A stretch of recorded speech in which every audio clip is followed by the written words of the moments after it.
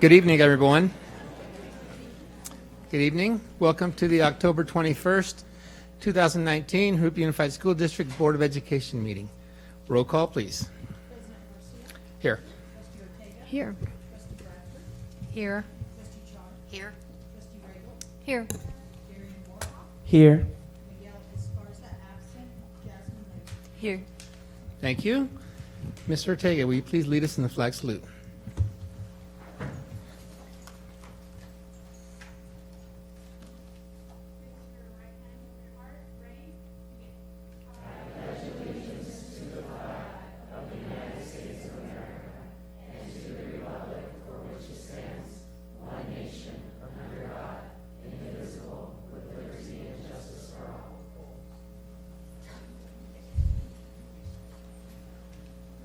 Thank you.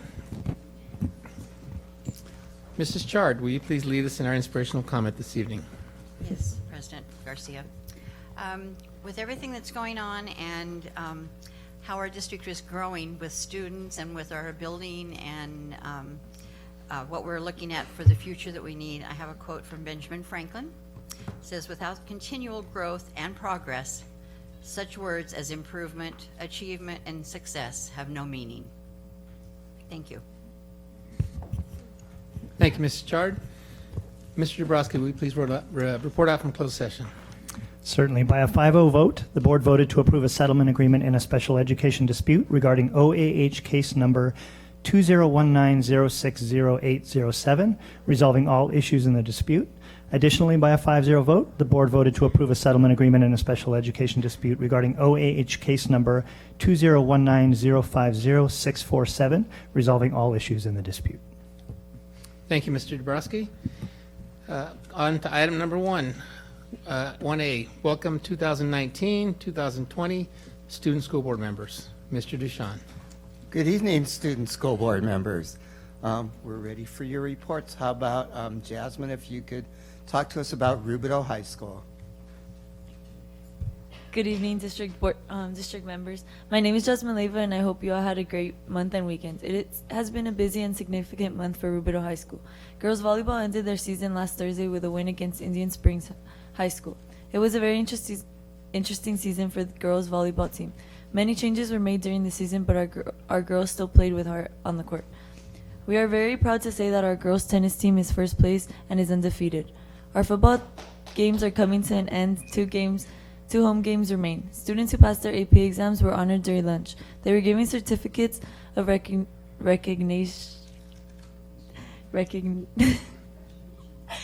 signed by the assembly members Sabrina Cervantes. Congrats to them. As of now, our boys cross country team is in first place and our girls are in second place. We are proud to say that our bands got second place on their first competition at West Valley High School. Our drumline won first place. All their hard work and dedication has paid off. Upcoming events that we have this week are Wednesday, October 23rd, from 7:30 a.m. to 2 p.m. We will be having our blood drive in our gym. This Thursday, we'll be having our college and career kickoff day. We will refocus on college and career readiness for our students. That is all I have for you today. Thank you. Thank you, Jasmine. And Darian, if you could tell us about Jurupa Valley High School. Good evening, everyone. I have a few updates about Jurupa Valley High School to share. Volleyball's Pink Out and Senior Night game was a success with the Lady Jags winning, and they also had their final game at Hillcrest High School where they also won. On Saturday, October 19th, the JVHS Choir had their clothing drive fundraiser at 11 a.m. They have been accepting clothes for weeks now, but Saturday was the official day to bring in your bags of clothing. Also, on October 19th, JVHS Cheer had a car wash to raise money for their future events. This week, we have two big events happening, our Pink Out and Senior Night football game and theater's fall play. The play, which is called Trap, will be on Thursday, October 24th at 3 p.m. and Friday, October 25th at 6 p.m. Entry is $5 for staff, alumni, and CETA school students, $7 pre-sale, and $8 at the door. Come out and support. The football game is on October 25th at 7 p.m. Entry is $8 but free with students who have purchased an ASB card. Thank you.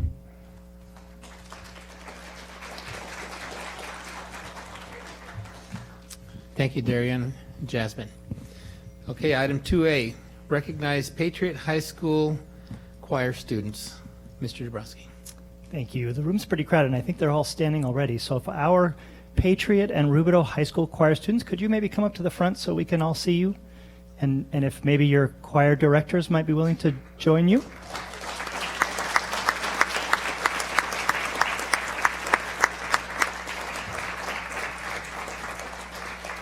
I promise I won't ask you to sing.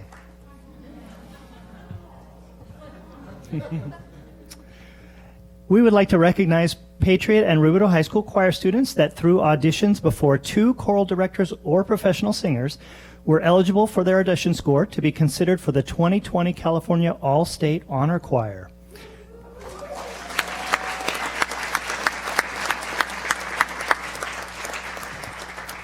Now, if you'd like to hear them sing, their concert will be at the University of Redlands on Saturday, November 23rd. So you have to hold it and go and see them.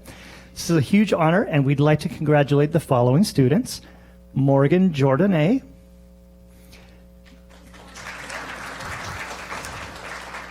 Corey Fisher, Ryan Stinger, Jeremy Pena, Donovan LeMay, Austin Hewitt, Samuel Martinez, Abigail Monteon, Harley Glenn,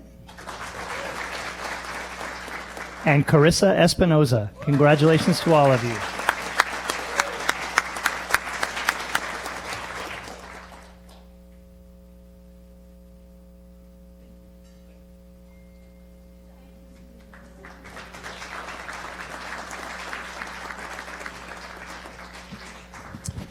Congratulations, students, and thank you, Mr. Neto and Mr. Lin, for all your great work.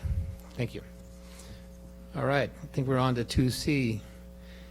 Recognize receipt of Fresh Fruit and Vegetable Program Grant Award. Mrs. Ford.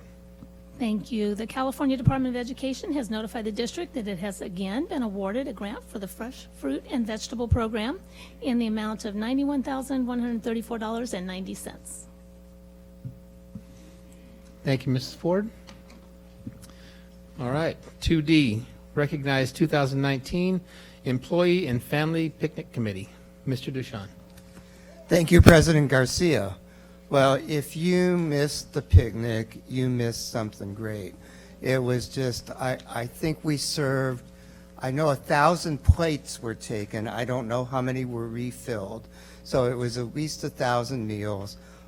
Lots of children. It's just, for me, just really neat to see people bring their families, children, aunts, uncles, parents, grandparents, and just see everybody away from work and kids going down the slide. It was a lot of it was actually pretty crowded around the crafts and makeup counter.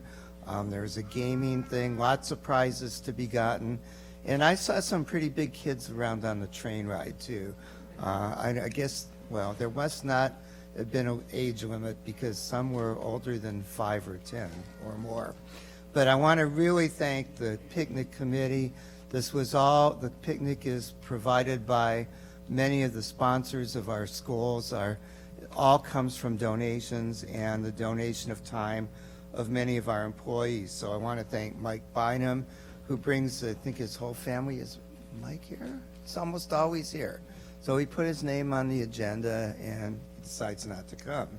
Denise Collins, who is officially the queen of the picnic, Misty DeVore and Carolyn Dodd, who helped provide all the food, Lupe Gomez, Betty Leach, Richard Leach, again with another fantastic band, Jeff Lewis, Ricardo Solis, Javier Trevino, Daniel Whitman, and then lots and lots and lots of innumerable volunteers who helped out with every aspect of it.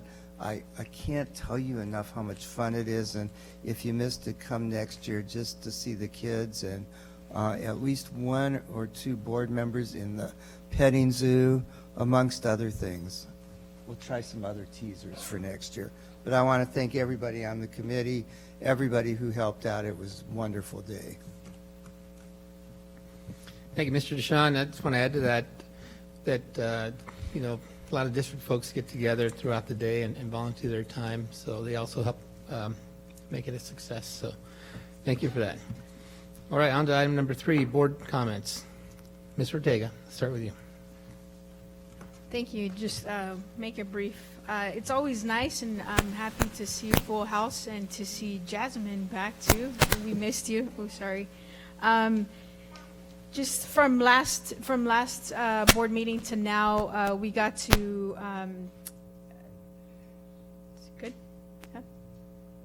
Yeah. We got to do a career day last week with the little ones in Indian Hills, and that was really nice. It was my first time as a school board member joining colleague trustee Linda, and it was really nice because some of the students had no idea of what a school board member does, and we were able to even draw on a whiteboard, and it really explained to them in stick figures, and they were asking questions. One of the questions was actually from one of the girls. She's like, how do you start your own company?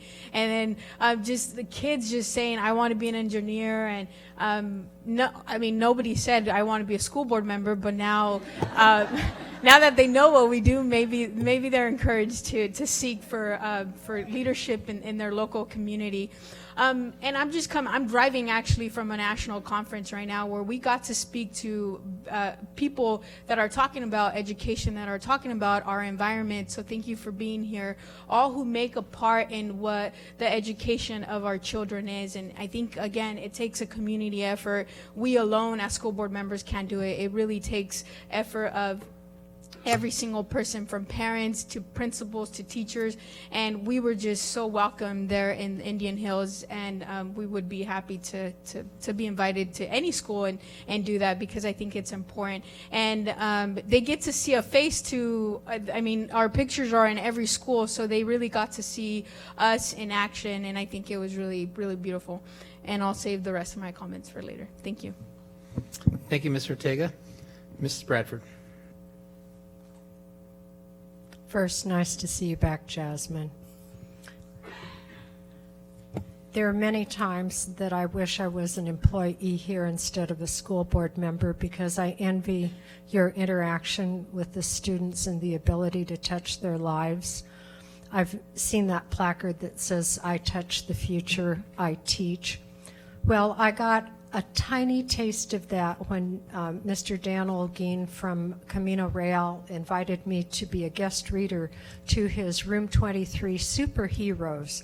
So I told him, since my profession is I am a professional writer, I said I would bring my own story that I wrote, which was a fable, which is titled How Riverside Lost Its River.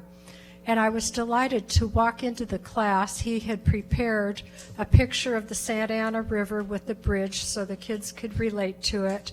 Then he wrote the word trustee on the board and asked the students, what do you think is the root word, trust? And I was so impressed by his teaching style and the comprehension of the students as they listened to my story. And he said his delight was I brought several anthologies in which my stories appear, and I asked the children, what authors' names do you know? So they said, like J.K. Rowling. And I said, well, you don't have to be that famous to have your name in a book. And I showed them the books and my name in them, and they were, whoa. So I felt it was my moment to tell the kids, write down your feelings. I mean, my first book was as a fourth grader called I Was a Teenage Beatlemaniac, and it's led to a profession. So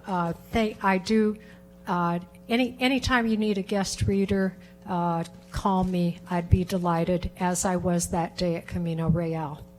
Thank you. Thank you, Mrs. Bradford. Mrs. Chard. Well, I just want to add just a little bit to what Trustee Ortega said. It was a lot of fun. Normally when I've gone on the career days, it's just been myself. And of course, the kids are not really familiar with a board member, but with two of us there, we kind of played tag team, and one would started out telling a little bit about where we came from.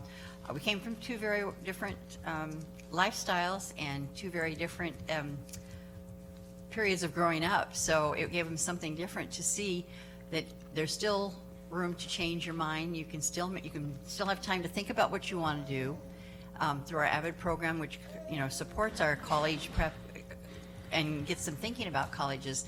Some of them said they didn't know where their principal had graduated, and I said, well, I can tell you I knew your principal before she came to your school because she was a teacher when I was a secretary and came over to Einar Buckle from West Riverside, I think, and then she became an assistant principal. At that time, we had assistant principals, and she was the assistant principal. And when she left Einar Buckle, she went on to have her own school and become a principal, and has changed since. And is now at their school. So they had all turned around and looked at her. They didn't know that she had been a principal somewhere else. Miss Ortega had come from a different lifestyle and a different era. So we both had different things that we could tell about where we grew up and what schools we went to, but we both were proud to say that we had graduated from Rubidoux High School in this district. It was a lot of fun, and the kids were really interested. Some of them, one of them asked us, which we've never had that before, where do you work? If you're a board member, you must have a place to work. Well, we told them that we have a building that we actually work from our home. She has a different job, so she works at a job. I'm retired, so I'm come from my home, but we still have a meeting at night, and they should try and come. I think it would be nice sometime if we could have a daytime board meeting where some of the schools could come in, the government classes could come and see actually what we do. I don't know if that's ever been done, but I would think now that they ask us where do we work, it would give them a good example instead of sending them into Riverside and letting them look at the court building in there. It's a different view, as they might get a better idea of how our school district operates. Anyway, so it was a lot of fun, and if I get invited again, I really enjoy working with another board member or other people and listening to some of the stories. I listened to several different people there before my term came up.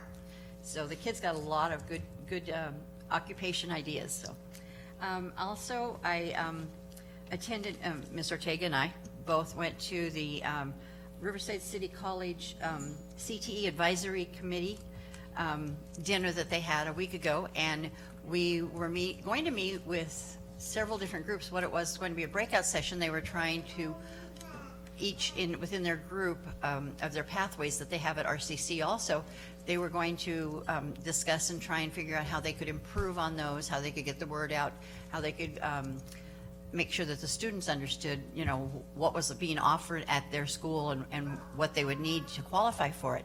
And in meeting so, we never got to the tables because we had such a great conversation with the director of the program at RCC. And they were very interested in what we do. We have a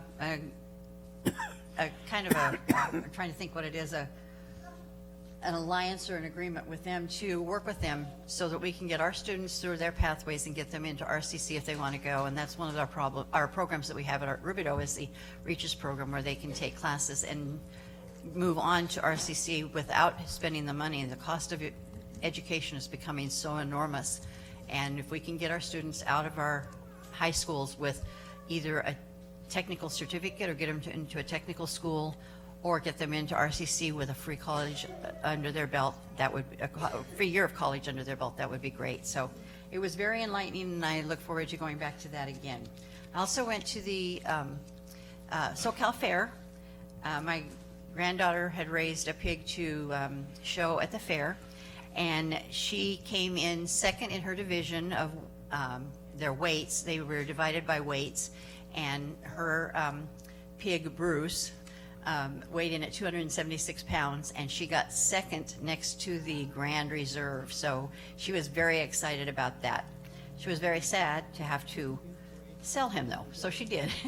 But she got a good amount of money for it. A local person was there and bid on her pig and got her up to where she at least made some of her money. But they really need support of everyone around. If you ever get a chance to support an FFA student at Rubidoux or at Jurupa Valley, we have Jurupa Valley students too, and I support them. They had some very good winnings there too. So I don't have the count on how many, but our district did very well in the fair out there. But it's a great thing to go if you get to go to either of the fairs. The Indio Date Festival maybe coming up in February, and this one is always in October. And it's a lot of fun to take the family and just check out the livestock and some of the things and see how hard these kids really work, because they really have to learn a lot, not only in showing their animals, but they have to learn how to raise money and how to budget their money so that they can pay for raising their project, whether it be a goat or a pig or a lamb, even some bunnies. There were some bunnies there. So please try and support our kids with that. I think that's all I have for right now. Thank you, Mrs. Chard. Mrs. Regal. Thank you. I would like to start by congratulating Patriot and Rubidoux High School, the choirs. I think they already cut out of here, but really want to recognize them. Being a parent of a recent graduate, I recall seeing the choir kids practicing a lot, and their work has definitely paid off. And as far as the picnic, I want to thank everybody that really put a lot of time and effort into setting that up. It was a perfect day. The weather was amazing. I could see that everybody was having a great time. The band that music was phenomenal. I was talking to Monica Turner, and I kind of, when I talk to people, I tend to give them my undivided attention and not to focus on anything, but the music actually stopped my concentration, and actually it just kind of a wow moment. That the band was phenomenal. And it's somebody from one of our schools, right? Mr. Leach. Okay, yeah, from Jurupa Valley. Yeah, so nice job. And then really appreciate there was a lot of student volunteers. The willingness of them, especially teenagers, really wanting to help. They were definitely eager. We stuck around and helped clean up, and they were very helpful as we had to fold up hundreds of chairs. But I really thanks parents for whoever helped raise them, but really appreciate them stepping up. And then as far as the slides, yeah, I'll confirm some adults did go down that slide. May or may not have broken my phone, but the slides were fun. And Jasmine, welcome back. We missed you. Yes, welcome back. So always loved having you present, and all of the student board members. They like to just speak and cut out, but thank you for taking the time and updating us. The past couple of weeks have been a little bit busy. I did take a day and go to the SoCal Fair to go see our livestock, and Miss Finicum Vaniselja, am I going to say that right? I'm sorry, forgive me. And then Miss Fuller, they really put a lot of effort into that. That is, they were judging the goats Tuesday morning, and those teachers and students worked really hard. So it was really nice to see them, and in some awards they were recognized, but the students handle those animals really well. You could clearly see that they're very passionate about it. And as well as the discipline that they learned themselves. So it was really quite impressive to watch them. What was that, on the 11th, we joined Miss Pace at the CTE meeting. Is she here tonight? No? We divided up into groups by different categories of careers, and everybody brainstormed, and really overall, we were summarizing what it takes to get to those careers for our students or their technical education. And it was what the eye-opener was, there's so many courses that we have within school and as well as colleges that they overlap between the variety of careers. So if you want, something with law enforcement, but you also something in fashion, I mean, they're so different, but the courses actually do overlap. And Ms. Pace is really on target to what our students need. So it was a great meeting, and look forward to the future ones. And then also last Friday, I attended the Peralta Fall Festival. A lot of fun. I was able to, or appointed, Ms. Chard and I were appointed to judge costumes. And they were so creative, so unique. It's really a fun event at the Peralta School, or their Fall Festival. Love to see the students just so excited to, walk around in their costumes, and there's so many different activities. But it's really a great event, and I love that Peralta, they invest in this program or this evening, and it's so much fun for the families And the faculty, I could tell they're enjoying it. It's, you know, even though they're operating it, but it's still an enjoyable evening. And that's all I have for right now. Thank you, Mrs. Regal. And welcome back, Jasmine. Thank you. Good to see you again. I just have a few things here, a couple things. First of all, I noticed we have a special guest in the back, Miss Denise Lopez from CSBA. Thanks for coming. Denise used to work for Senator Roth's office before she joined California School Boards Association, and she represents us and helps board members, represent students throughout the state. So thank you for being here, Denise. And so November 2nd, the Jurupa Valley is having a parade, the Fall Festival Parade, and we have some student groups that I just want to mention. Jurupa Valley High School Band and Cheer will be there. Patriot High School Band, Rubidoux High School Band, and ROTC. And also the Mission Middle School, 2 clubs with the Kindness Campaign. So if y'all can get out there Saturday, November 2nd, the parade kicks off at 9 at Jurupa Valley High School, and it'll end over at Vernola, about a mile away. So it'd be great. Come out and support our students. And finally, we'll have a presentation in a little while regarding the census. The U.S. Census is very important for all of you to really be counted. So we're all counted because it has to do with not only education funding, but any other type of funding and representation for us here in Jurupa Valley. So please take that seriously next year. And that's all I have for now. So we'll go ahead and move on to the next section, public verbal comments. Got a few cards here, so I appreciate it if you keep to the time. We have a 3-minute time limit, and we're not just going to cut you off at 3 minutes. We're pretty flexible here, but please be respectful of each other. So we'll go ahead and start with the first one, Sylvia Holguin.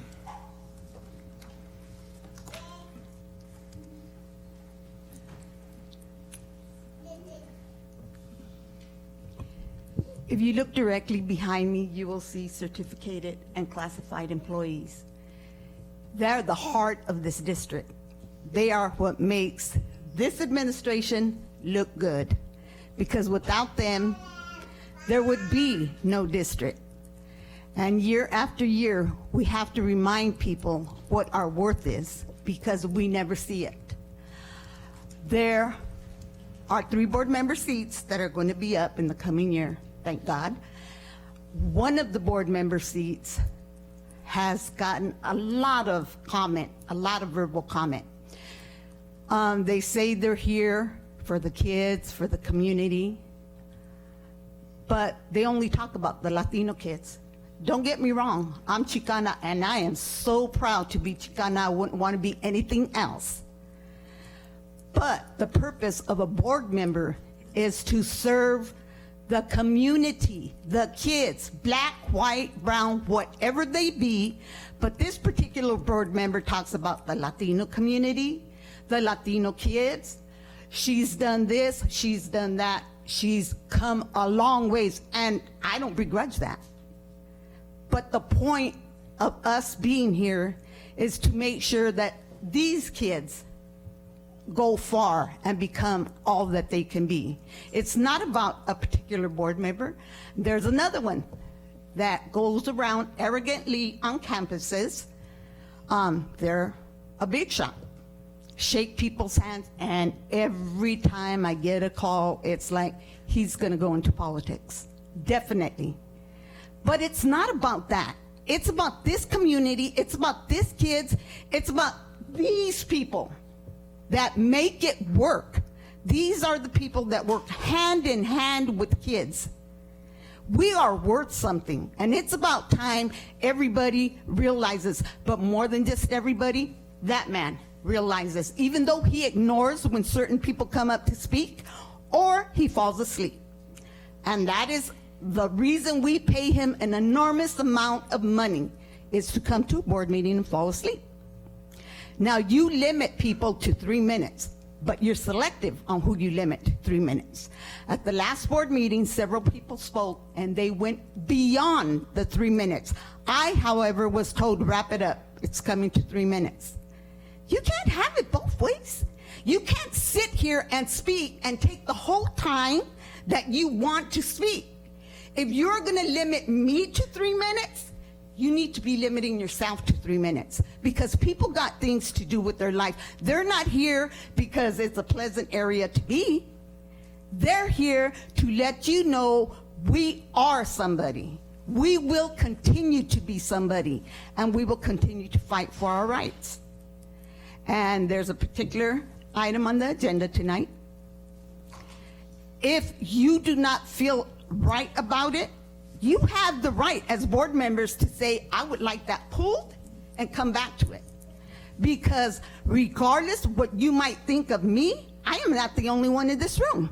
There are other people that work their hearts out and give of themselves more than what they should, but they do it because their heart is in it. So stop taking so much of the time at the board meetings speaking about what you do, because I don't know when it changed, but it only used to be one time board members spoke. Now it's 2. Now it takes much more time. People would like to come, say what they have to say, and leave. But they can't do that because so much is said, cut it down. Ms. Holguin, will you please wrap up your comments? Thank you for that. It's a great reminder, as always. But you know what? Do what's right for everybody. If you gave us and approved a 2% raise, then everybody around us, an administration and this superintendent, should also only get a 2% raise, and not any more than that, because they're the ones that make the money. We don't. So it doesn't matter if he doesn't get a raise this year. He's still going to make more money than us. Thank you, Ms. Holguin.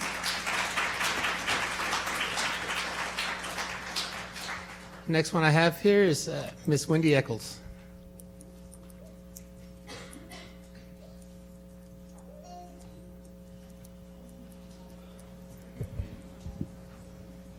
Alrighty. Good evening, trustees, Superintendent Ducharme, cabinet, and everyone in attendance. Hello to all the members who have come to show up tonight. A couple of years ago, NEA Jurupa embarked on a campaign called Ask an Educator.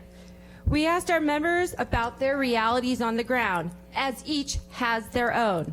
I, as well as my predecessors, have shared many of those realities with all of you.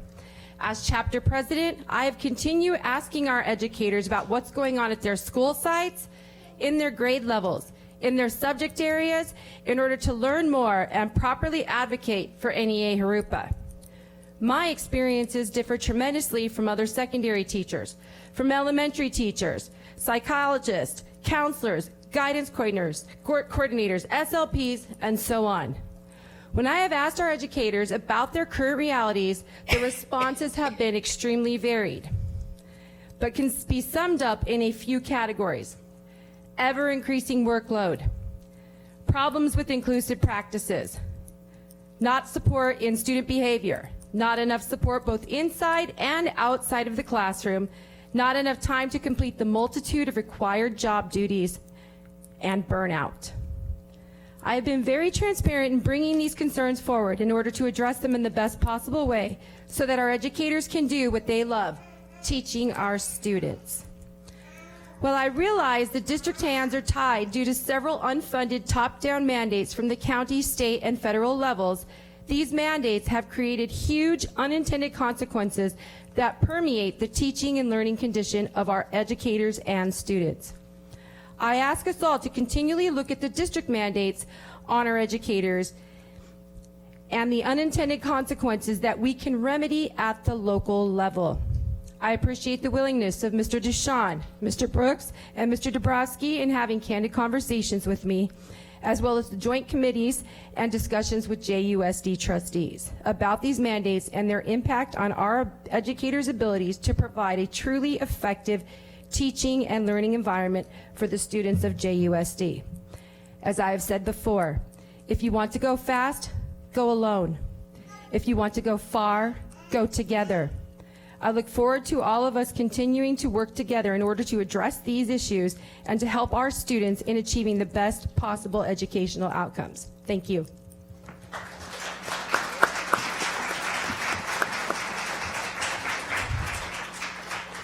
Thank you, Ms. Eccles. Next one I have here is Italia Garcia.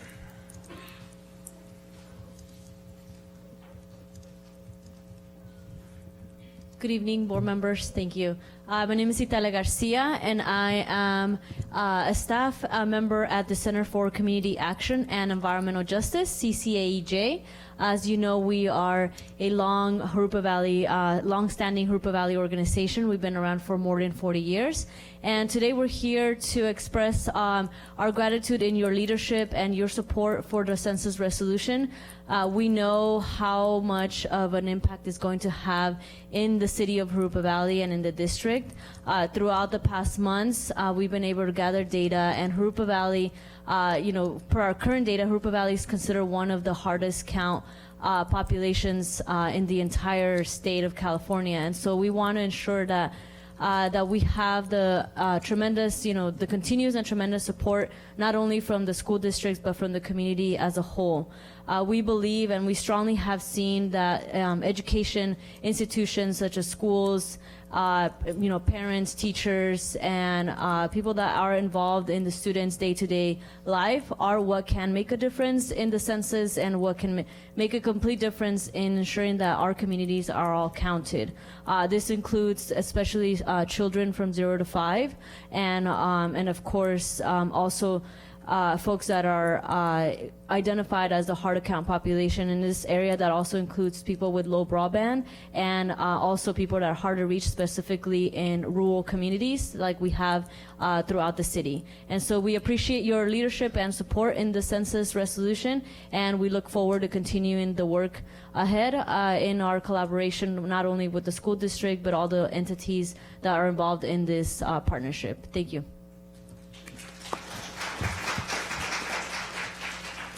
Thank you, Ms. Garcia. Next one here, Ms. Mariana Lopez.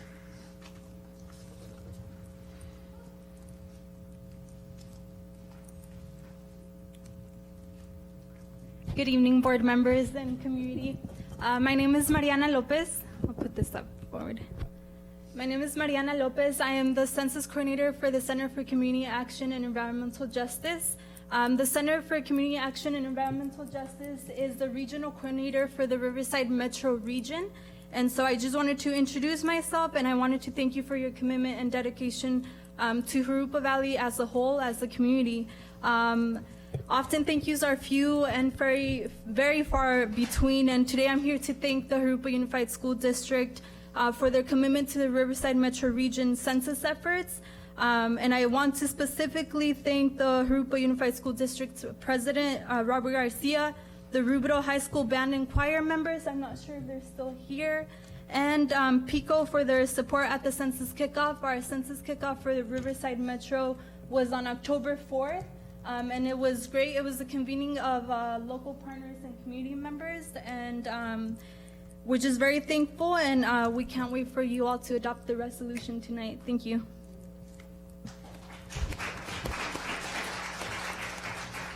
Thank you, Ms. Lopez. Next, I have Mr. Jim Williams.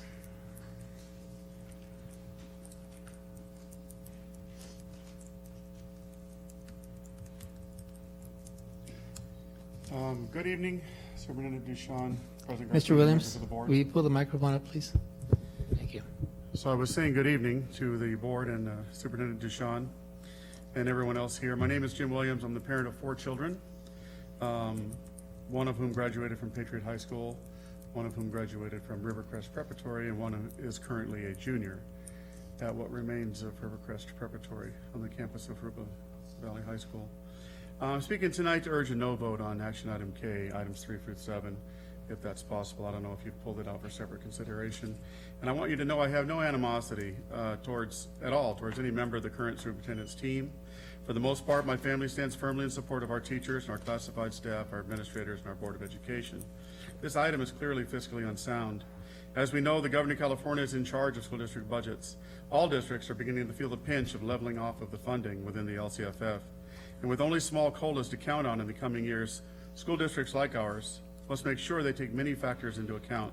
And salaries, as you know, take up about 80% of any school district's budget. It's my understanding Mr. Ducharme received a significant increase very recently due to desire by this board to determine the median salary of superintendents in nearby comparable districts. I think the figure that was thrown around on the internet was about $50,000 in increased compensation in total. And along with that increase came a multi-year contract. As a parent and community member, I cannot in good conscience endorse this latest salary increase. Not only does it far exceed the increases granted to certificated and classified staff, but there appears to be no justification stated in the agenda or the supporting documentation regarding the needs for these increases. In other words, exactly what district goal is being served by adding another year onto a 3-year contract and awarding what amounts to a guaranteed 10% overall raise to administrators who are already under contract to our district. Fiscal conservancy is not easy.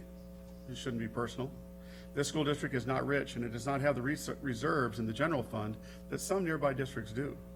The most recent salary increases for certificate and classified staff have created a deficit spend according to your own budget for this budget year. By my calculations, the district will potentially deficit spend around $10 million, which is about half of your total general fund of your restricted and unrestricted funds. While the governor has more or less indicated a steady stream of small COLAs, these will not be enough to offset significant losses of revenue due to increased STIRS and CalPERS.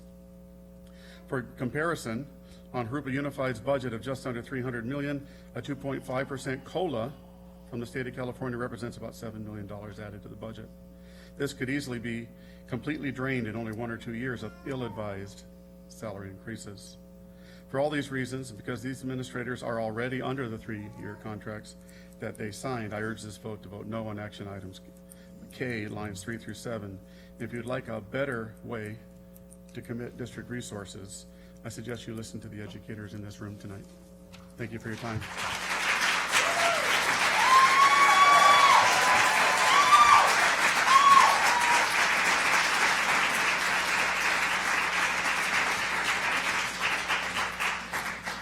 Thank you, Mr. Williams. Next, I have Daniel Schaeffer.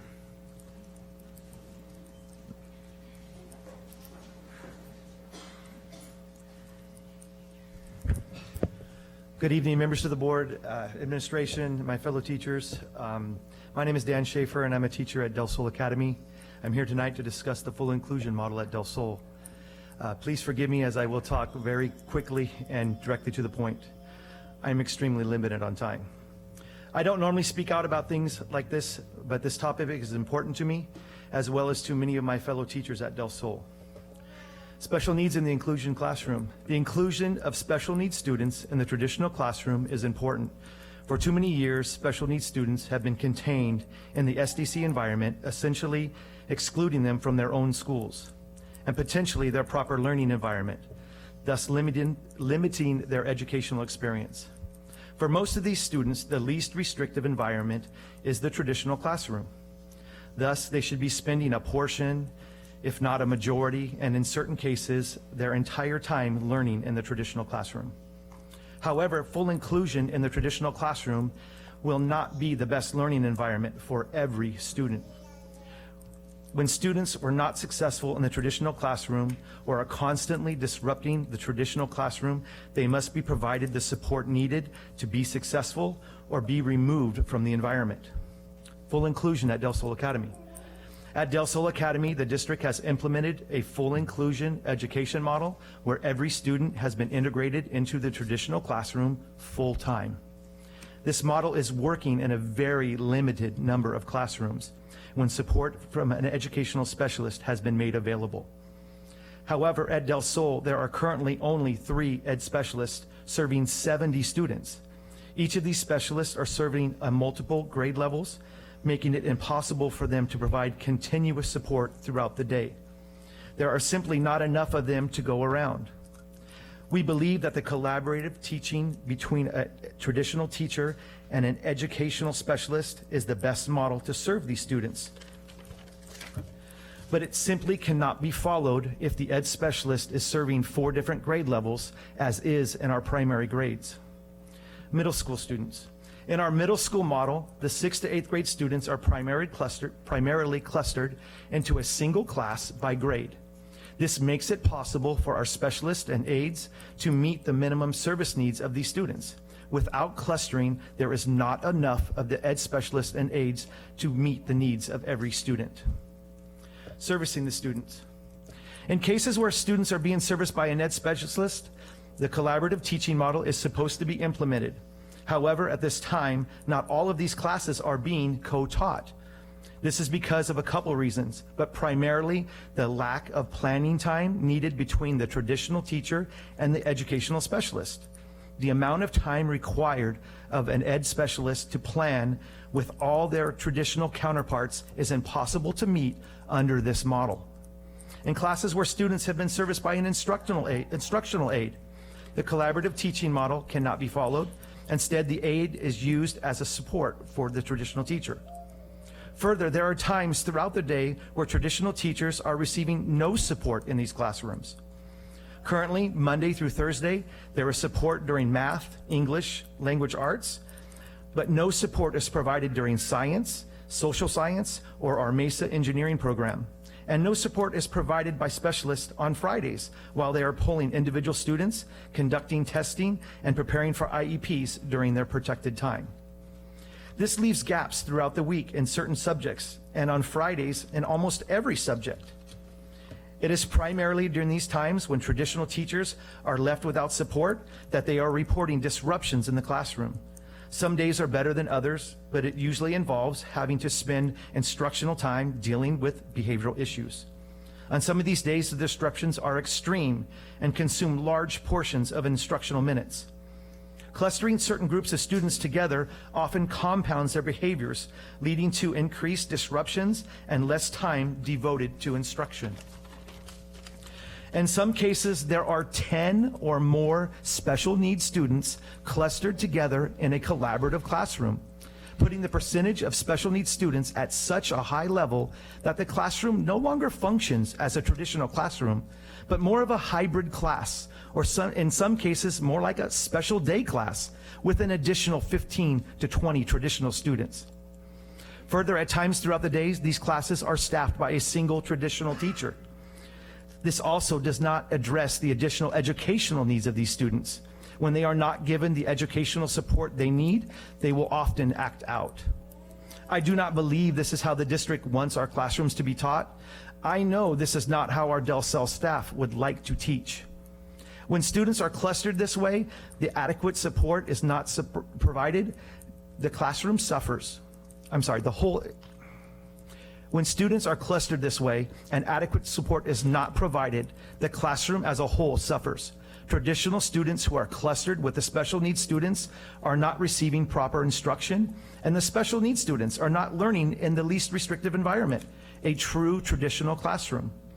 Ultimately, the full inclusion model at Del Sol Academy is not working to best meet the needs of our special needs students or our traditional students who are clustered with them. Something needs to be done. The Del Sol Academy staff. The Del Sol Academy staff include numerous former district instructional coaches, members of units of study, NGSS members, and induction coaches. As a collaborative group, we have worked tirelessly to figure out a way to solve this problem. Ultimately, we have been working like this for a year and a trimester now, and believe that we have exhausted all of our efforts to make this work with what we have been given. And I believe it cannot be done properly.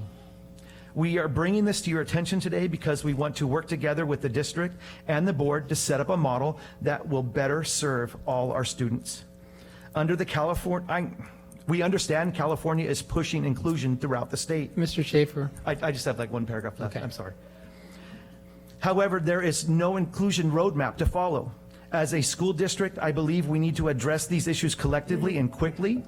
We need to develop a fiscally responsible model that works, implement standards for support that allow teachers to plan and teach, and spread it throughout the district, making changes as needed to adjust for situations that may arise. Thank you for your time, and thank you for listening to our needs.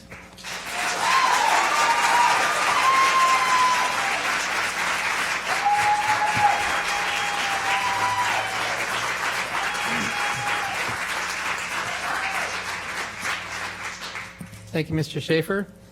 Yeah, I'd like to remind you all, please, we have 3 minutes, and said we're pretty flexible. I think we probably went to 6 minutes in that one, and I got 13 more to go. So please be respectful of each other. I mean, I think that's well worth mentioning. So moving on to the next one.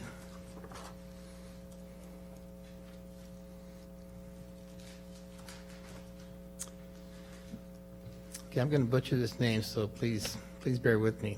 Amy Eidecker. Okay. Thank you, Ms. Eidecker. I yield my time to Dan Schaeffer. No, he doesn't need to speak anymore, but I'm giving my time for him. I'm sorry. You can't do that. So if you want to donate your time, please, you have your 3 minutes to speak, but we're not allowing you to do that. Okay? I'm good, thank you. Okay. Now we do have, I could limit this to 20 minutes for one topic. It's not a violation of the Brown Act. Okay? So, we got Mr. Schaeffer did about 6 minutes. He's going to do another 3. We're going to have 11 minutes left. Mr. Garcia, she was supposed to yield time to me so I could finish, but you graciously allowed me to finish. Okay. We don't need any more time. There's some Okay. other speakers that would like to speak, but So, and I think everyone knows since I've been president of the board, I've always allowed people to speak. 2 years ago in February, we had almost 4 hours worth of public verbal comments. And we took a couple of breaks. So we do want to hear what you have to say. And I would like you to please be respectful of the board and not just have these outbursts. We're respectful. We're up here listening to your comments. We want to listen to your comments. We want to hear what you have to say. Okay? All right. Next one I got.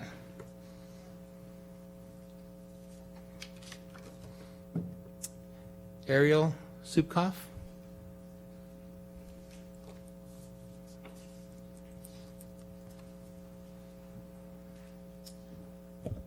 Short.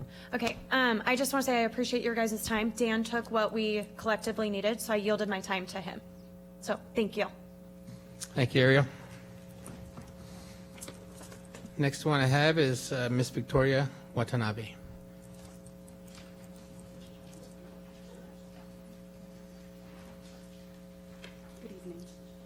Good evening. I'm Victoria Watanabe. I teach 7th grade English and Science at Del Sol Academy. Years ago, I attended an inclusion training with other JUSD employees held at the Jurupa Hills Golf Club. The presenter that day shared her personal experiences of co-teaching, what worked well and what didn't. She stressed the importance of co-planning, co-teaching, and co-assessing, and then having the opportunity to reflect together. Over the past 4 years, I've had the opportunity to implement these practices. I'm going to share my experiences with you. At Glen Avon as an instructional coach, sharing a classroom with Ms. Rodriguez, it worked well. We consistently followed co-planning, co-teaching, co-assessing model. The gains of the students, this is where I'm going to tear up. The gains of the students, especially several with IEPs, was evident and impressive. Currently at Del Sol, it's not working well. The education specialist I'm working with has 5 other teachers across 2 grade levels that she's supporting. It's not feasible for us to follow the co-planning, co-teaching, co-assessing model. We're not seeing the benefits or the successes that I know are possible with a true co-teaching model. Knowing that full inclusion is rolling out to more sites, it's imperative that we come together to review and improve the current model so that every student in Jurupa can truly, truly learn without limits. Thank you.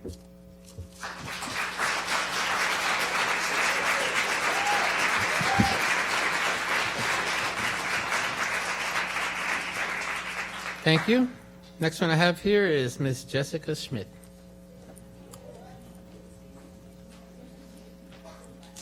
And as you will see, my mom is in the back supporting me tonight. Good evening, area trustees, superintendent, and assistant superintendents. This year at Del Sol, I've been given the opportunity to teach the inclusion students in the kindergarten classroom, and I hold both a general education and special education degrees. As much as I enjoy teaching students who are considered general education and special education, the current setting at Del Sol is unfair to all students because they are not currently getting the support they deserve. My year started with 30 students in a 3.5-hour block. For the first 30 days, our class was the definition of crowd control. At 30 days, when 5 students were taken from our class to start the TKK combo, we gained a first grader who was not performing at grade level and was recommended for retention at their previous school. Among my now 26 students, I have 5 students on IEPs, 1 on a 504, 1 currently being tested, and 1 with an active SST. 30 minutes, 4 days a week. There's an aide who comes into my classroom to service 2 of my IEP students, which is great if he had training. He has no idea how to support these kids. I don't have time to teach him. That's not my position. That's our ed specialist, who is also pulled way too thin to assist him and to collaborate with myself. According to the National Center of Education Restructuring and Inclusion National Study, there are 8 main factors to a successful inclusion model: visionary leadership at all levels, educator collaboration, reinforced use of assessment, support for students and staff, effective parental involvement, collaborative co-teaching models, general education best practices, and funding. Keeping in mind these 8 practices, Del Sol's inclusion model is lacking in every single factor of these studies have shown to be successful. I would like to recommend that JUSD look into the necessary funding for inclusion to be successful and be sure that they determine there's enough money to support all general education and special education teachers, as well as the students, prior to pushing inclusion into all schools in JUSD. Proactive trainings of teachers and aides before students are placed into inclusion settings would also assist the staff and students from day 1 of their inclusion. It is also my recommendation that the district look into the effective use of co-teaching, where the special education and general education teachers are able to plan, teach, and evaluate lessons to determine best accommodations and modifications to meet all student needs. Finally, you want to come? You are more than welcome to come to room 7 at Del Sol Academy. I teach 11:50 to 2:50 every day. My door has always been open to any single one of you. Come before November 4th. It will be a whole lot more fun.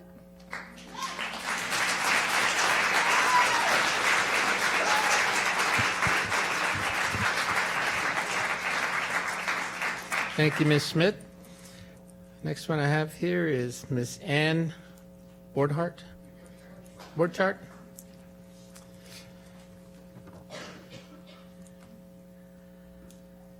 Hello, my name is Ann Borchardt. I'm one of the 3 special educators at Del Sol Academy. I'm a staunch proponent of inclusive education. I feel that full inclusion is objectively the right thing to do, and that segregating and excluding our students on IEPs, except in rare instances where it is for their safety or comfort, is objectively the wrong thing to do. I taught in a special day class for the majority of my nearly 30 years in Jurupa, but was lucky enough to be part of the team that piloted full inclusion at Tross Street School. As part of that team, I received fairly intensive training in the co-teaching model for full inclusion. We were given an hour of paid planning time per week and 2 additional inclusion aides. For the 2 years that I worked in a co-teaching setting at Troth, I spent the majority of my day supporting one other teacher, Denise Turner, in one classroom.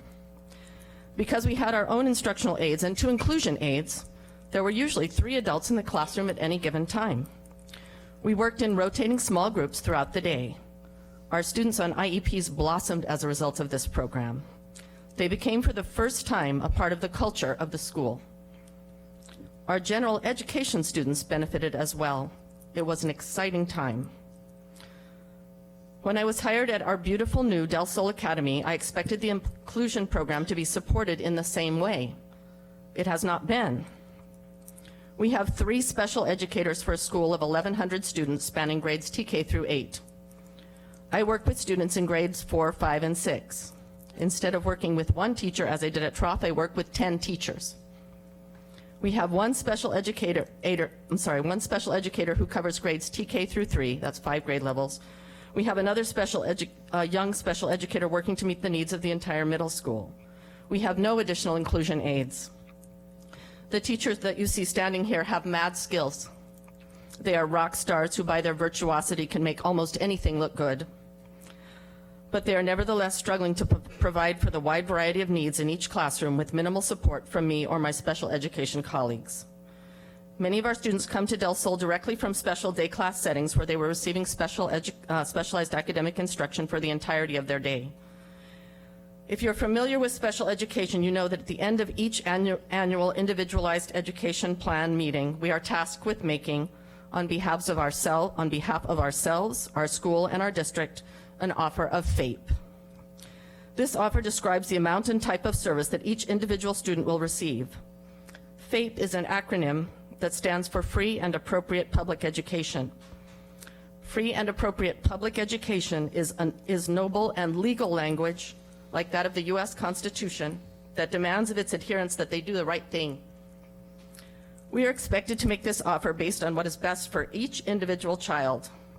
We are not allowed to make reference to physical laws which prevent us from being in 2 places at once. Our parents and students trust me, Del Sol Academy, and Jurupa Unified to do the right thing because we have established a reputation of caring.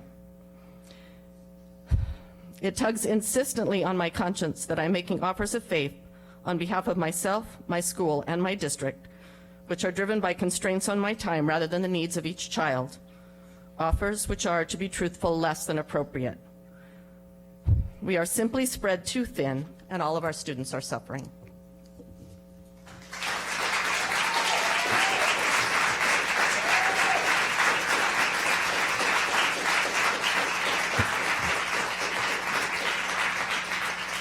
Thank you, Ms. Borchardt. Next one I have here is Ms. Catherine Schultz.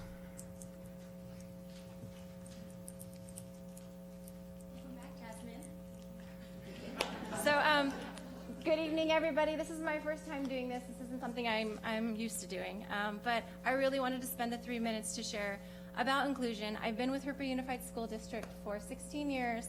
This is my 17th year. I'm at Del Sol Academy teaching 8th grade English, Science, Coding, and ELD. And the last 16 years I've spent in a K-3 environment at Trout Street Elementary. And I have seen inclusion work, and I love the idea. I love everything that's coming down from it, and I've seen tastes of it work.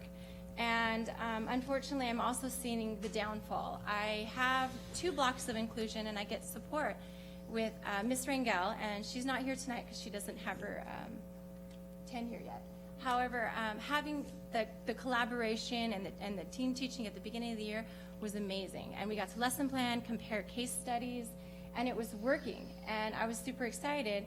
And then all of a sudden, she disappeared for about a week, and I had some subs and some aides coming in, and I felt like I had another student in the class trying to say, this person needs this person needs that, and I couldn't figure out what's going on. Well, it turns out her caseload doubled to meet some needs, and so I've lost her, and I feel like I'm now cheating my students. Inclusion was like a beautiful mansion, and it was working, and I loved it.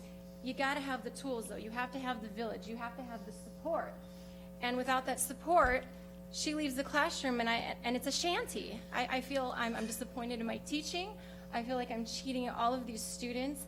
The gen ed, the IEPs, I can't even challenge the kids that I want to challenge. And so I feel like, and I go to the admin, and unfortunately, they've got their hands tied. You can't build a mansion with your hands tied. And I don't know if the board members have leeway, or if you have some way of saying, hey, we're getting this down from the state.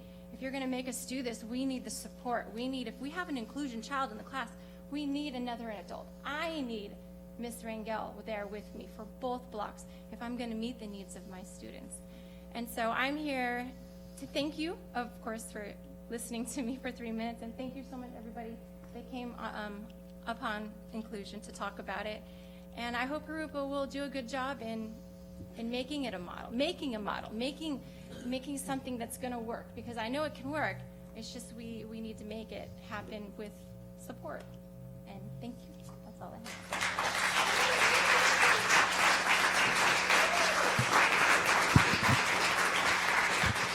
Thank you, Ms. Schultz. If I could just ask the speakers, please try to speak into the mic. Some of us, I think most of us up here are hard of hearing, and I know how you like to, really address the crowd, but you're here to address the board, and because we're here to listen to your concerns, so just so we hear you loud and clear. So, all right, I got one here that says time donation. Miss Helena Scher, would you like to speak? All right. Hello.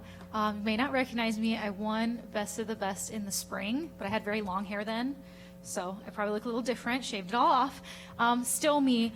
And the reason why I was nominated and why I won is because I was basically in control of the choir program and helping to keep it alive, and I still am. And I've been doing that for about a year.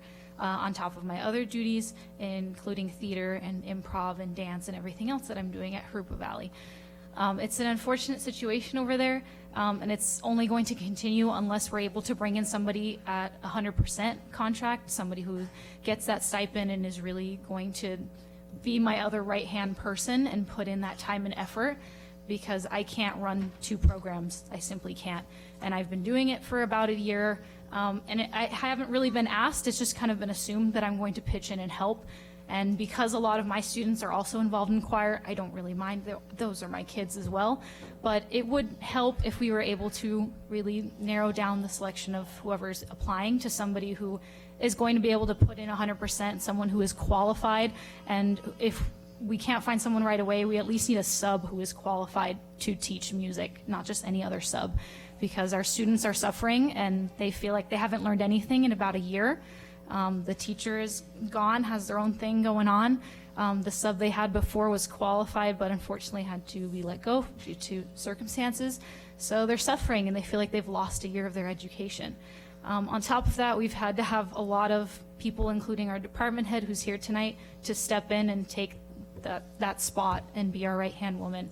And without her, we wouldn't have been able to get through, but we are being held together with tape and Band-Aids and thread right now. So I really hope that you guys will make a good decision as to who's going to be coming in next, and I hope it's someone that's coming in at 100%. On top of that, we've noticed that there isn't a technical director in this district, so there's nobody whose job it is to work on our theaters and to coordinate our events that are happening in our theaters. And for me, I was able to get a third theater class this year, so I have 100-something kids now enrolled in theater. I can't tell you how much our program has grown in just the 3 years that I've been here, but we win awards every time we go somewhere. We do, instead of doing one production a year that we did in my first year, we do 3 per semester minimum. So we've really grown, and we have one this week, for example.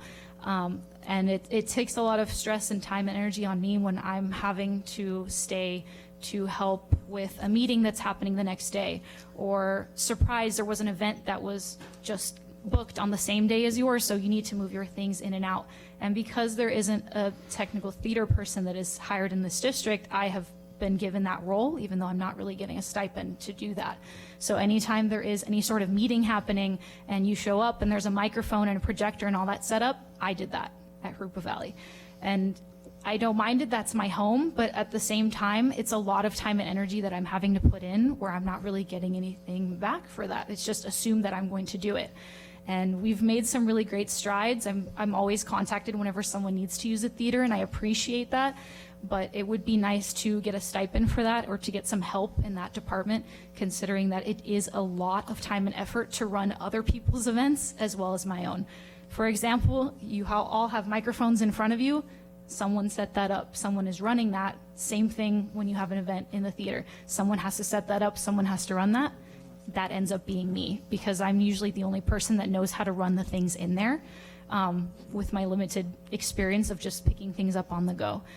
So I really hope that you would consider not only giving me, an extra stipend for that, but other theater teachers in the district and other performing arts teachers in the district that are also having to perform those roles in their own theaters and in their own events. That's all. Thank you.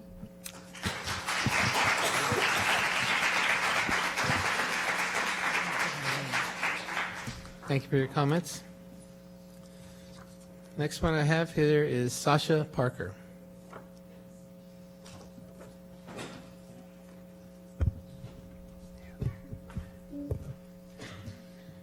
Ready? Okay. Good evening. My name is Sasha Parker. I am a child of 2 educators in the district, and I'm currently a senior at Jurupa Valley High School. I'm speaking on behalf of Chambers and Choir as a whole. Due to the choir situation taking place right now, we ask you please get someone to make this year, my senior year, be able to last and be enjoyable, rather than just turn into a study hall and hostile environment as it was last year. We need someone permanent to take this program seriously, or a long-term sub who is qualified to teach choir, instead of a regular sub just sitting there and leaving it up to the kids or the theater teacher. We cannot have this year turn into a situation like we had last year. It is no secret that I am an involved student, especially in the performing arts. I'm the student director for both chamber singers and advanced theater. As you should know, the choir teacher at JVHS was gone last year due to maternity leave, but she was gone for 7 months. Due to this, we were not able to do events such as tour or go to festivals, and that was very disheartening. Our original substitute was there until the beginning of second semester, but let go due to complications, and we did not get another music sub as a replacement. So our student director last year had to take over. She taught us music as best she could, but she does not have a degree in the subject, and the environment became hostile amongst the students. And also, our student director, was not paid for taking a teaching position and keeping the program running instead of just turning it into a study hall.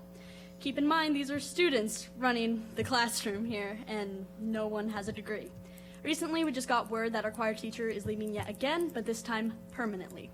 After going through such a grueling year last year, we don't want to have the same experience.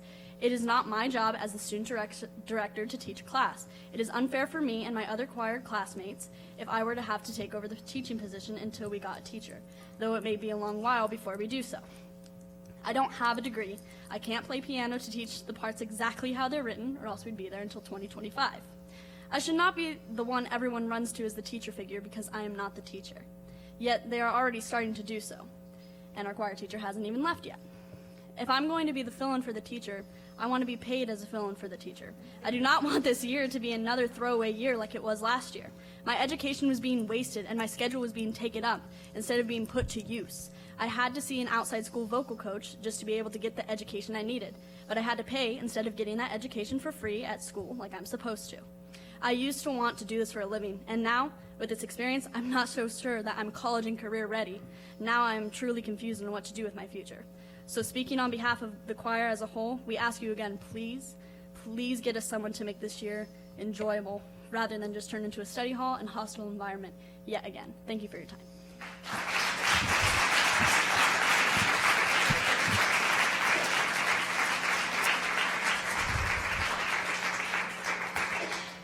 Thank you, Sasha. Got one here from Miss Julie Paul.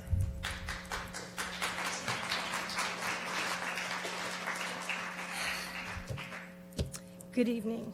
My name is Julie Paul, and I'm a parent, a teacher, the chairperson of the Visual and Performing Arts Department at Jurupa Valley High School, and a community member in this district.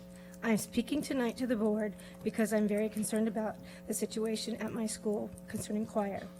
I'm sure the district is aware a vacancy for a 60% part-time vocal music teacher was flown last week. This sudden vacancy within my department concerns me both professional and personal levels. On the professional side, in case you're not aware, last year the students at JVHS suffered greatly when the current teacher, who just resigned, went out on maternity leave. This teacher unexpectedly left several weeks early and stayed out nearly the entire year without clear communication that that would be her intention. The students were continually let down each time she decided to extend her leave. And each time she changed her mind about returning to work, it made extra work for many others, especially the theater director and myself. In addition to the student leaders in each choir, as we all tried to keep the program running. Additionally, there were many activities and events that had to be changed or canceled at the last minute due to personnel issues that arose during this teacher's leave. The subs were not qualified to teach, nor were they paid or trained to run the extracurricular portions of the program, and the students lost out on nearly a year of music education, as well as the special perks such as tour for chamber singers and the spring festivals for all the choirs that have traditionally been part of this program, a program that is deeply treasured as part of our school's culture and traditions. To clarify, our theater director basically ran 2 programs last year, was not compensated in any way other than a few pats on the back. And she wasn't told to do things for the choir department, but as teachers, we basically just step up automatically because it's what's best for kids. Especially since both programs share many of the same students, we felt a responsibility to try and salvage what we could from a disastrous year for the sake of our students. This situation affects me personally too, because my daughter is a student and now a senior in this program. She and her classmates went through an unbelievably challenging, heartbreaking, and frustrating year last year. This renowned vocal music program had several long-term subs last year, and I truly fear that will happen again because JUSD may not be able to fill the position with a qualified teacher who is willing to accept a 60% part-time position. On top of that, the district has no contingency plans for specialized subjects such as choir to make sure that kids don't lose out on their education. How can there be learning without limits when there's not even learning happening in the first place? I spoke with the former choir director, Melvin Morrison, who asked me, since when did it become okay for teachers to just quit during the school year? I'd like to know why the district allows people to opt out of a contract they freely chose to sign, especially when it affects so many. I am hopeful that a qualified teacher can be found at this point, and that the district could make it a full-time position as soon as possible, but I'm not entirely optimistic. Thank you for your time.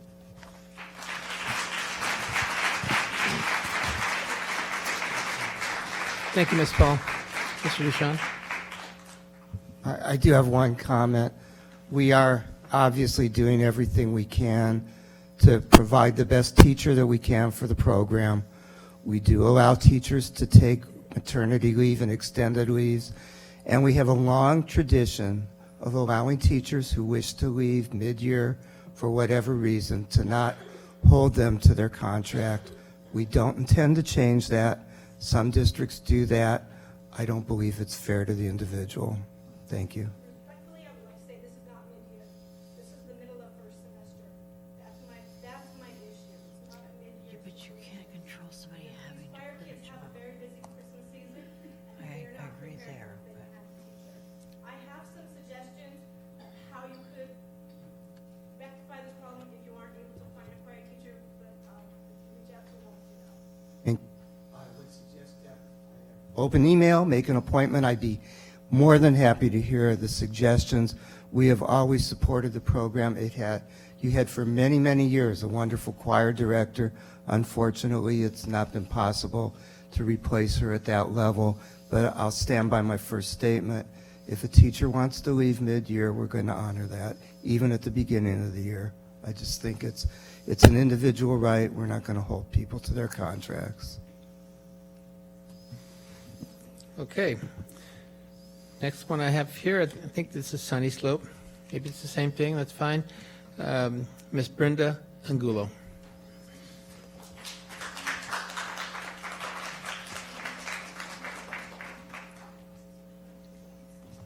Good evening, board members. A few weeks ago, I attended a conference where a colleague and I actually presented at the Association of Two-Way Dual Language Education, along with a few other JUSD teachers. It was at this conference that I learned about the importance of having courageous conversations. As educators, we need to proclaim equity as a priority. And with that being said, I would like to share a compiled statement from the exceptional teachers at Sunny Slope Elementary. And while I said good evening to Mr. Robert Garcia, and I said I was doing well, it is a little hard to be doing well at this time, because we ask that you please hear our voices in response to an attempted suicide of one of our beloved students, as well as years of unsatisfied support for our students, faculty, staff, and community. I'd first like to present some facts for the root causes of underachievement. The public education system, the county's largest social infrastructure, does not drive society, it reflects it. Therefore, any reform of education must also include social reform. There's a strong statistically significant relationship between income inequity and standardized test scores. Children living in poverty are more than twice as likely to be plagued with chronic illness, preventable diseases, low cognitive functioning, preventable disabilities, dental problems, hearing and sight issues, and heart and digestive system disorders. They are also twice as likely to need emotional behavioral services compared to their non-poor peers. In order to close the mental health gap, we should consider more stats. 1 in 5 children and youth have diagnosable emotional, behavioral, and mental health disorders.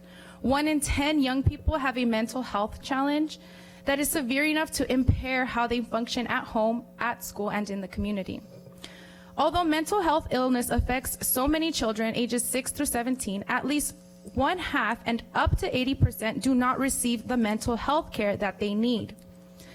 There has been a significant increase in anxiety and depression among children, as well as disruptive behavior in the last few years. Early detection and intervention strategies have been proven to work. Parents and school community are often elements to the child's healthy development. Juxtaposed with these national statistics, I'd like to present a few Sunny Slope specific facts. We have a high chronic absenteeism, low performing on ELA and math in the test. We have nearly 900 students with English learners at 46% and foster youth at around 1%. And while that doesn't sound like much, we are at about 10 to 12 right now. We also have students with disabilities, and socioeconomically disadvantaged students is about 80%. I have a few questions in regards to these stats. How are we responding to these facts? How are we addressing the mental health needs of our students? What is the protocol for suicidal students? What rights do we have as teachers? Are we allowed to call 911? Because that came up. Why are these protocols not being distributed to teachers? Why can't teachers call a crisis response team, as we were told we need to first speak with our principal about it? Why wasn't our district informed immediately that there was a suicidal incident on campus? And what support is our principal receiving for at-risk youth?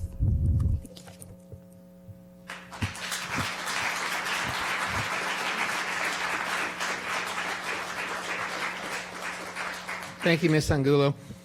And by the way, the board will not be answering any questions regarding this issue tonight. It is a privacy matter, and I think it's the right thing. Talk to your principal.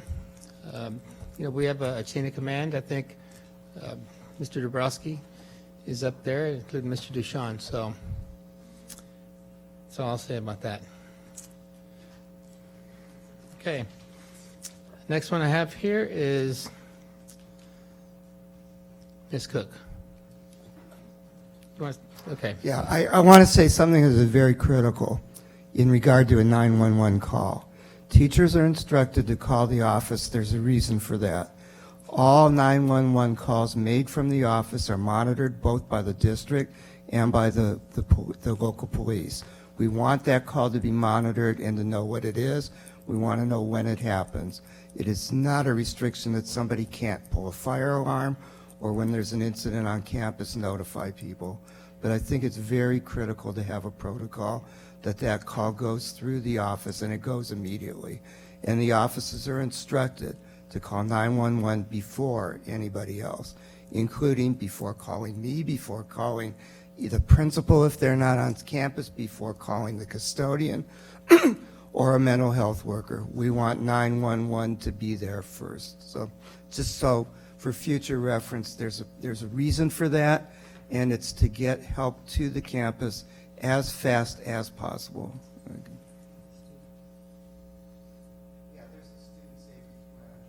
And they're also on the back of every ID card is the lockdown and lockout procedure for the school. So, I mean, it's just critical.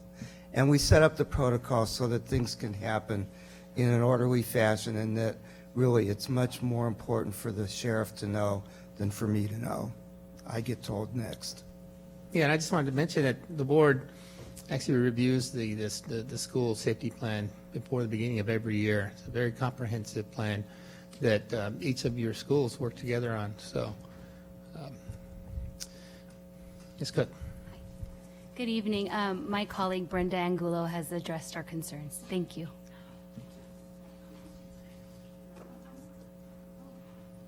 I would like to yield my time to her. Yeah, I'm sorry, Ms. Angulo, we're not yielding time. I think I mentioned that earlier. So, Ms. Cook, if you'd like to make your comments.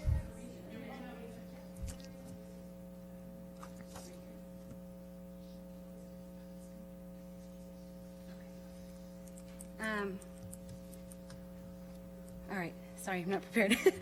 Solutions for Sunny Slope and districts based on school population and need. We need protocols and procedures for crisis situations such as suicide attempts and extreme behavior disruptions. Increased campus supervision, full-time assistant principal, on-site full-time mental health counselor, on-site part-time outreach worker, and with the district student assistant program modeled from RUSD, their services would include counselors, school psychologists, and prevention assistants that are trained in mental health services. They will assist student well-being and getting help to those who need it. This program is meant to help students dealing with trauma, grief, depression, as well as more serious behavioral and attendance issues. We are doing a lot of great things in Jurupa Unified, but we need to do a lot more. Thank you for listening to the hard facts, unbearable concerns, and promising solutions. There is an obvious urgency for our district to invest in the behavioral needs of our students, and I hope we can come together to better serve our beloved students and the Jurupa community. Thank you for your time. Thank you, Ms. Cook.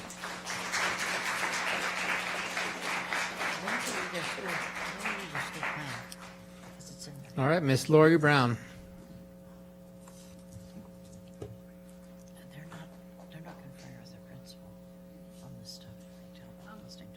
Good evening, board, and good evening, cabinet. My name is Lori Brown, and I'm a 27-year veteran of this district. 26 of those 27 years have been spent at Sunny Slope. I did 1 year at Stone. I'm very proud of this district. I've grown up. I feel like I've grown up in this district. And anyway, I'm here on behalf of the students of Sunny Slope Elementary School. And during the time, I have watched our school grow from a small little 450 students to twice that. We have close to 900 students now, and I would ask that we have some increased support in terms of supporting our principal. I was the designee for the last 5 years, so I caught just a little tiny bit of what it's like to be the principal during the day, and I'd like to see our principal get some help, because on the days that I was designee, I spent more time out of my classroom dealing with things than I did in, so I can't even remotely imagine what it's like for one person to be responsible for close to 900 students. I would really ask that we get some assistance, maybe an assistant principal, a counselor. I'm a dean of discipline. I don't know what the district could offer, but something, because the job it's large, and I'd like the needs of our 900 students to be met. We want to help our students. Please help us do that. I love this school, and it makes me sad to see that we need help, and please help us help our students. Thank you.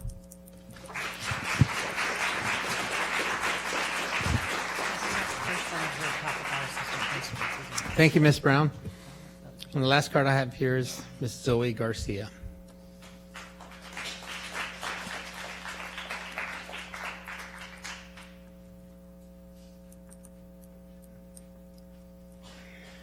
Good evening. My name is Zoe Garcia, and I come to you both as an employee and as a parent of a student in our district. I've got my baby up tonight past her bedtime because it's important for me to come and speak to you.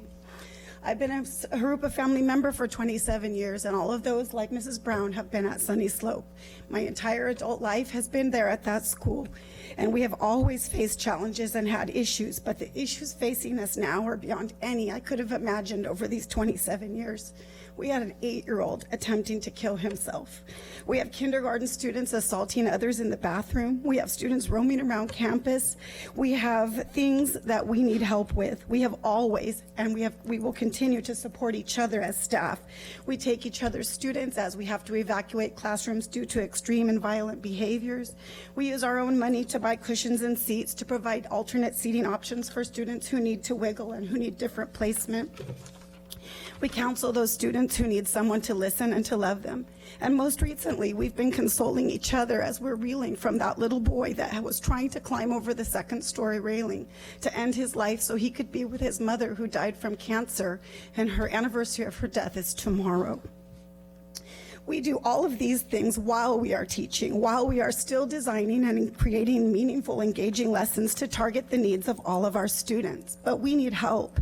We have been asking for help over and over again. Jurupa's slogan is learning without limits, but we are limited.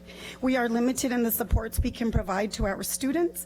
We want to help them succeed. We do have many great programs in Jurupa, and we are really proud and grateful of all of those programs through PICO. They are great resources. It's a wonderful start, but we need more. We need someone on our campus each day to help our students who are struggling with behavioral and emotional issues. We need a VP to help address discipline issues and mental health professionals on campus to address our students' emotional needs. Mental health is not merely the absence of mental illness. It encompasses social, emotional, and behavioral health. It's the ability to be able to cope with life's challenges. And left unmet, those mental health problems are linked to costly negative outcomes that we would all like to avoid. Behavior problems, academic problems, dropping out, delinquency. We are seeing some of these things happening in Jurupa, and we can avoid them. We need to be proactive rather than to react to issues.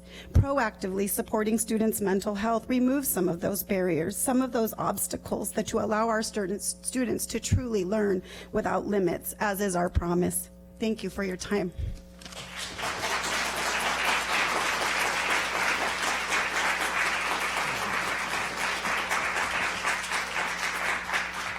Thank you, Ms. Garcia. Mr. DeShawn? Yeah, I'm not going to comment in detail. We do work, and I want to thank NEAJ and Ms. Wendy Eccles. We have two committees that actually address many of these issues. One's an inclusion committee, one is a B-cell committee, and as you have all eloquently stated, they're very, very difficult issues. And while it may not always appear that way, we do struggle with them. There are, 5 years ago, we had no mental health program in the district. Thanks to the LCFF, we were able to provide a brand new department with mental health workers that was centralized, as you commented on. There are still as many, if not more people. We'll talk about ways that we can get those resources to you so you know that they're there. And secondly, I just want to comment that don't underestimate or think that it doesn't go noticed when a child cries out, that we are not startled, saddened, and just stricken when an 8-year-old goes to the second story of a building. We are aware there are many suicide attempts, suicide talks, but this is probably the most dramatic that I've seen happen in the district. We have talked about it since it happened. It's fresh on our minds, and we, of course, would do anything to prevent it. I want you to know we have worked with the family, the school has, and it's a two-way street. The family also has to participate, and I can't speak about what the family or how they respond, but I think there is, and I know there is, a rising tide of childhood suicide.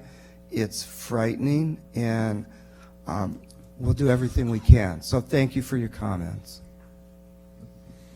Okay, before we move on, I just want to thank everyone for coming tonight, for sharing your comments with us, and I guarantee you that we sincerely hear you, and we took lots of notes up here. So before we move on, I think I want to ask the board if they need maybe take a 5-10 minute break. Ms. Regal, Ms. Chard, okay. All right, let's do that. You okay, Ms. Chard? Yeah. Maybe we can go to the next section, and then we'll go for that. Okay. All right. So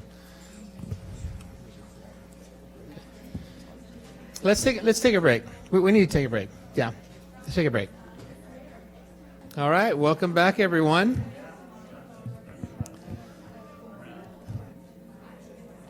Okay. We're on to item number 5, administrative reports and written communications. First one, item 5A, presentation on Census 2020. Mr. DeShawn.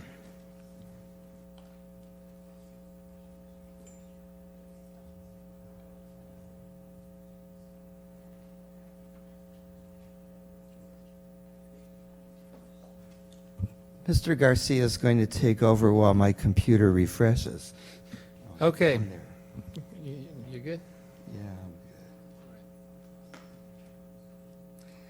Thank you. As you've heard earlier, and I hope we're all aware, the 2020 census is coming up, and I forget the exact terminology, but I have heard that we're going to be a hard-to-count area, and it is. And I won't take your whole speech, but we are very aware that it's very critical for our families, our students, as well as funding for our school district, going everywhere from congressional districts to Title I to lots of other things. So we have with us tonight Mr. Aiden Chavez from the National Association of Latino Elected and Appointed Officials, NALEO, Regional Census Campaign Manager for the Inland Empire.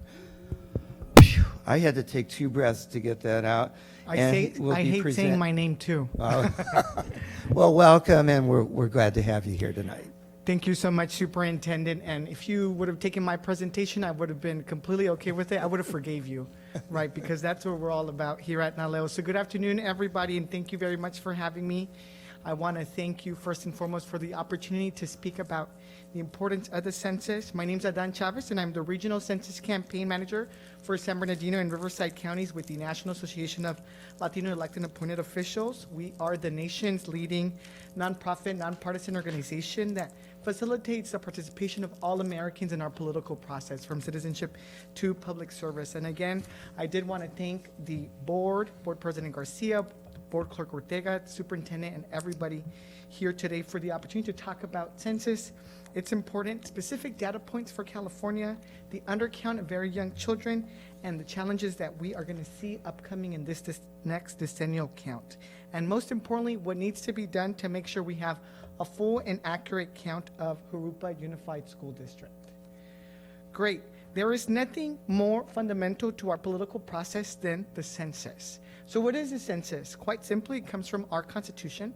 Article 1, Section 2 of the Constitution orders that the federal government carry out a decennial count of our country's total population, primarily for the purpose of the distribution of political power and reapportionment of the U.S. House of Representatives. Census data is used, of course, for the allocation of political power, but it's also used for the protection of civil rights.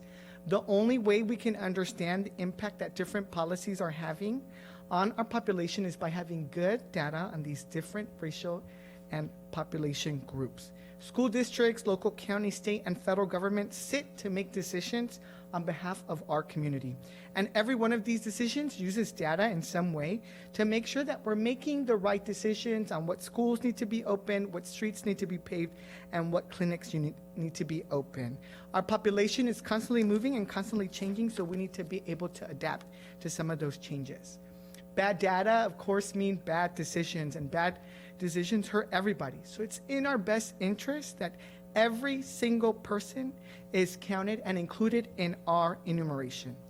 Finally, census data has also been used for the allocation of billions of dollars in federal funds that come to our states across our country. The federal government uses census data in some kind of formula to determine the amount that each state receives.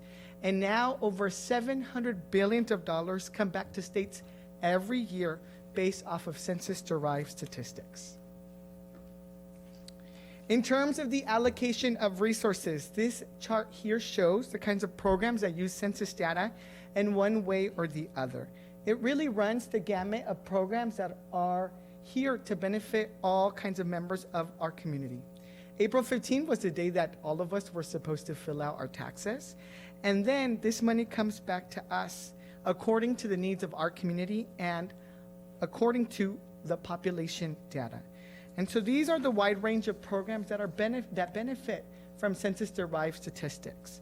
Here in California, we receive over $73 billion annually in crucial federal funds that come back to our schools and all kinds of crime prevention, healthcare, and transportation programs.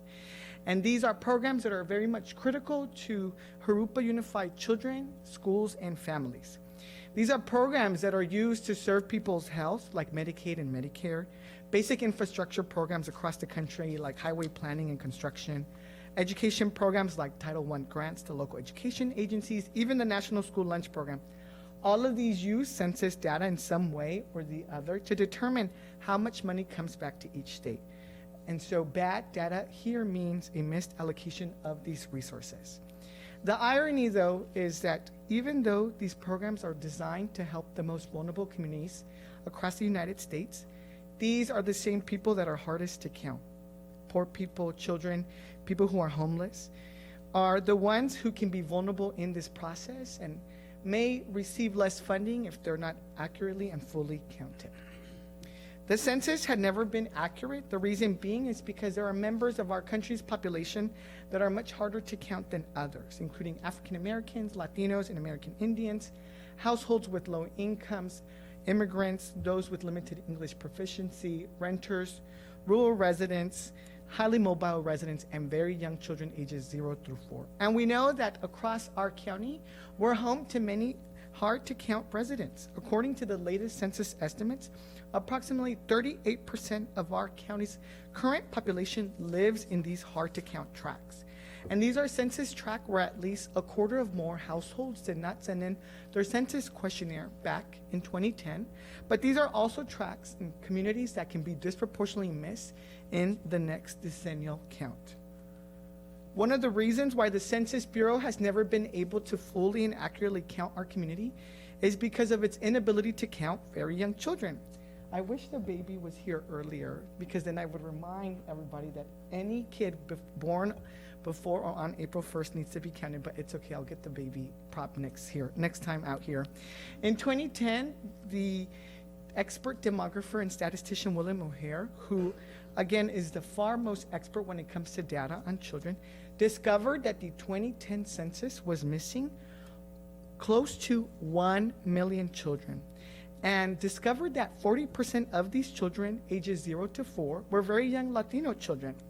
Our population of Latino children suffered a 7.1 undercount rate when compared to a 4.3 undercount rate of non-Latino children.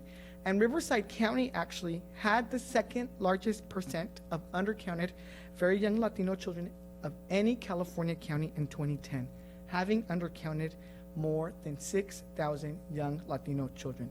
When young children are not counted, our families and communities cannot get important resources and services that they need, like the Children's Health Insurance Program, WIC, Head Start, and other very much important programs for their education. And there cannot be a full and accurate count of our community if we're not counting our children. So we now have greater challenges that really put our democracy at risk. Several years ago, there was actually a great reason why to be optimistic about the upcoming decennial count, because of the Bureau's plans to improve enumeration with new technology. But now much of these changes have been driven by a congressional mandate that the Census Bureau not spend an additional penny more on the 2020 census than it did on the 2010 enumeration. This has meant that the Census Bureau has had to plan for a census that saves $5 billion, and as a result had to propose changes to save that money. And so most importantly, the Census Bureau is being forced to implement a census that it has not planned for, which provides one of the greatest risks. This is going to be the first ever digital census, but we know that there is a digital divide in our community, and we know many of our community members have challenges when accessing broadband or Wi-Fi, and so we know that this also places them at a disadvantage, and we know that Jurupa is home to many of these communities. And additionally, another one of these proposed changes was the last-minute addition of a citizenship question. But luckily, as a result of a June 27 Supreme Court ruling, the administration has abandoned its plans to add a question on U.S. citizenship to the 2020 census. And the federal district courts and 3 lower courts issued 2 very important orders that block, first, the addition of the citizenship question or any question of that kind to the 2020 census as a part of the decennial enumeration, and also, second, any delay in the printing of census questionnaires after June 30th. The potential addition of this question has caused a lot of fear in our community, and we need to assure people that all the data collected by the Census Bureau is safe and confidential. Under Title 13 of the U.S. Code, census data can only ever be used for statistical purposes, and personal census information cannot ever be disclosed for at least 72 years. Sworn staff at the Bureau are subject to up to a $250,000 fine and can also face up to 5 years in prison for wrongful disclosure of this information. We have less than 6 months to go before National Census Day on April 1st, 2020, so we really are in the home stretch. Between March 12th through March 20th, most households will receive an invitation to respond online to the 2020 census. If they have not yet responded by March 16, they will receive a reminder letter. If they have not yet responded by March 26, they'll also receive another reminder postcard. Everyone will be encouraged to go online to fill out their census questionnaire by or on April 1st. But if they haven't done so by April 8th, then they will receive another reminder letter, and this time in this fourth mailing, they'll also receive a paper questionnaire. Finally, if they have yet still not responded by April 20th, families will receive a final reminder postcard before an enumerator visits their home. And so we are letting our community know, if they want to avoid someone from the federal government knocking on their door, that it's important that they respond by May. At NALEO, we're going to continue to work hard to carry out a campaign that's focused on educating, organizing, and mobilizing our community to participate in the census. And we encourage all of our partners to take advantage of all kinds of toolkits, information, and briefing material, and all of our train-the-trainer opportunities. All of our work is research-informed, and we'll continue to conduct extensive surveys so that all of the information that we're putting out there is refreshing and relevant. Through our Hazme Contar campaign, we intend to work very closely with school districts and school systems, providing all kinds of sample curriculum, toolkit, presentations for educators and teachers and parents, and additional informational material to educate the lives of adults and very young children.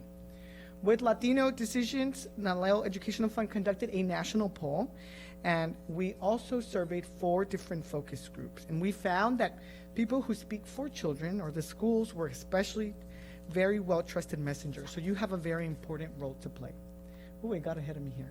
So this is what you can do. Introduce a resolution and approve a resolution committing to a full and complete count. Disseminate information on addressing the undercount of very young children. Host events, presentations, and trainings on the importance of the census. Establish community assistance centers and tech and computer labs at school facilities. Participate in complete count committees, and you can learn more about these at iecounts.org. And get involved in some of the local efforts to ensure that there's a full and complete count of Jurupa Unified. And to learn more, you can contact my colleague, there it goes, Italia Garcia at the Center for Community Action and Environmental Justice, and I have gone ahead and provided her email. It is important that we make sure we can overcome all of these challenges and barriers that are being artificially constructed to prevent our community to be counted. And we're going to be doing everything that we can to make sure we have the best count possible of Jurupa Unified School District. Thank you. Thank you, Mr. Chavez. Maybe the board might have a question or two. Mrs. Chard? You said that the census cannot be released for 72 years, I think is what it said. What is the reason for that? And I mean, if we're going to get money before 72 years, I mean, why are they not releasing that also? I don't understand. Is it, I mean, do they release it to specific people and not everyone?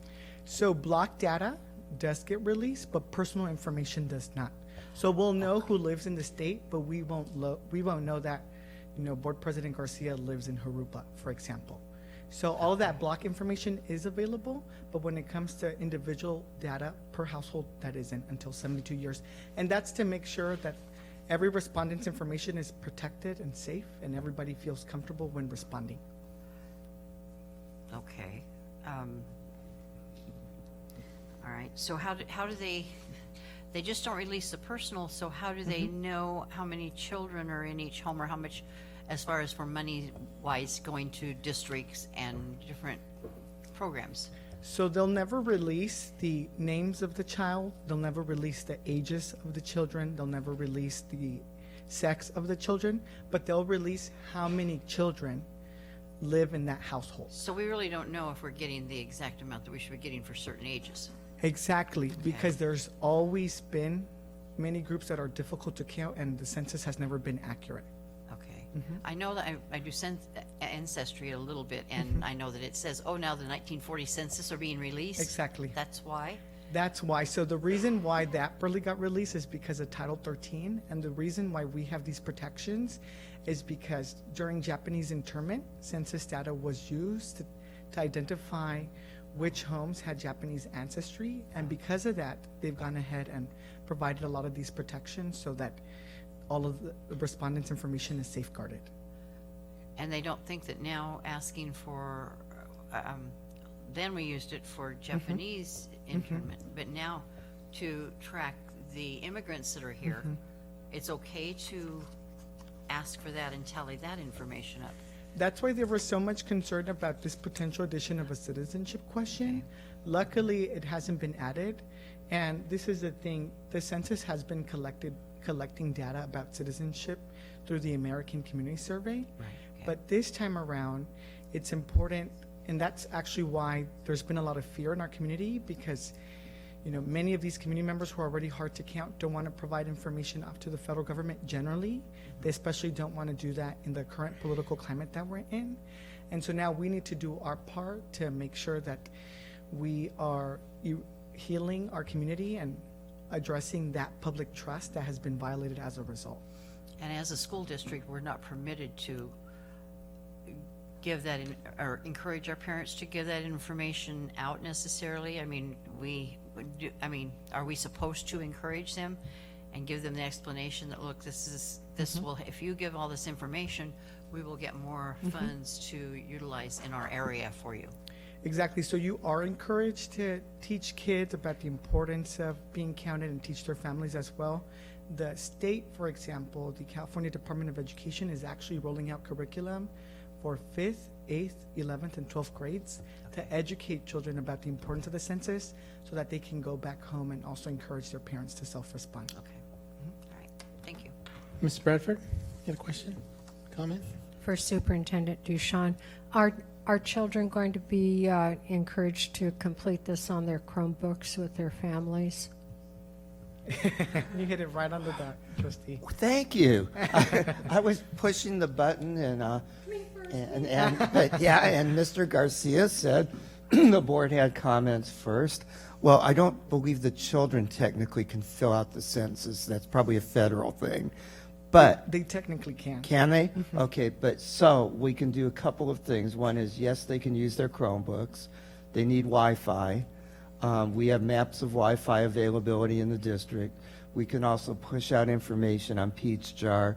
And so, I mean, given that every student in the district has access to a Chromebook, presumably even our homeless students, that might help with that count. So.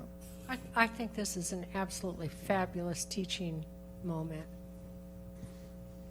I mean, that leads to the ballot box and what makes Americans American. It's part of our democracy. Ms. Ortega? Yes, I just wanted to say thank you to Adan and to the board, because this is why we're very transparent on events that we go to. So every time that I say I go to a conference, that's where I met Adan. I met Adan in a conference in Miami. In Miami. I wish I would have met you all in Miami. That would have been more fun. And it was a last minute, it was a last minute conference that I was invited to, and I said, okay, we have to talk about national, not only local issues, but also national. And I went to a breakout session, and you had one of the board members there from San Bernardino, and I looked at this presentation and I said, I have to bring this back to our board. And I spoke very eloquently, I think, the other day that you invited me to the panel, because Jurupa Valley is a new city. We didn't have, never, ever in history of Jurupa Valley have we ever had a census. So I think when I presented, it even gave me chills, because this is the first time Jurupa Valley gets the chance to make history, first and foremost, be counted, and have a district, have community members to be involved in, again, democracy. And I thank you for the opportunity, and I thank the board. I mean, every little thing that you gave me, I was like, I have to give it to the board. You guys have done such an amazing job in educating the community. I think I can honestly say I wasn't educated on this topic at all. I knew how important it was, but not educated at all. And I thank you for keeping us in your planning as well. I know it was really hard to set even a meeting with you. So again, just this is an example of why we go out in the events and why we network with other individuals and to bring this information back to our community. Hence, we would never hear about it otherwise. So thank you, and thank you, President Garcia. Mr. Regal, any questions, comments? I just want to thank you again, Adan, for all your hard work. I know I've seen you with other school districts and all this and that, and CCAJ, Mariana, and Italia, thank you for coming out. And beautiful presentation, very good summary, and you have such a great presentation too. So I want to thank you for all your hard work, and thank you for bringing this information to us. And we'll do what we can to support this effort. So. Perfect. Thank you so much to the board, to Board President and Trustee Ortega. It really takes everybody in this room to make sure that we're working closely, and we can't do this work without the support of some of our well-trusted educational institutions. So we're looking forward to working with each and every one of you all. Thank you so much. Thank you.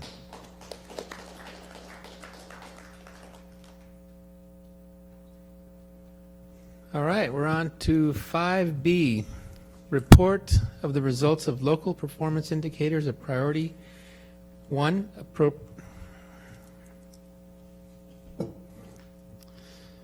appropriately assigned teachers, access to curriculum-aligned instructional materials, and safe, clean, and functional school facilities. Priority 2, implementation of state academic standards for California Accountability Dashboard. Priority 3, parent engagement. Priority 6, school climate. And priority 7, access to a broad course of study. Mr. Dabrowski. All right, how's that for a business services title? Okay, so tonight we're going to talk about the very exciting topic of local indicators of performance.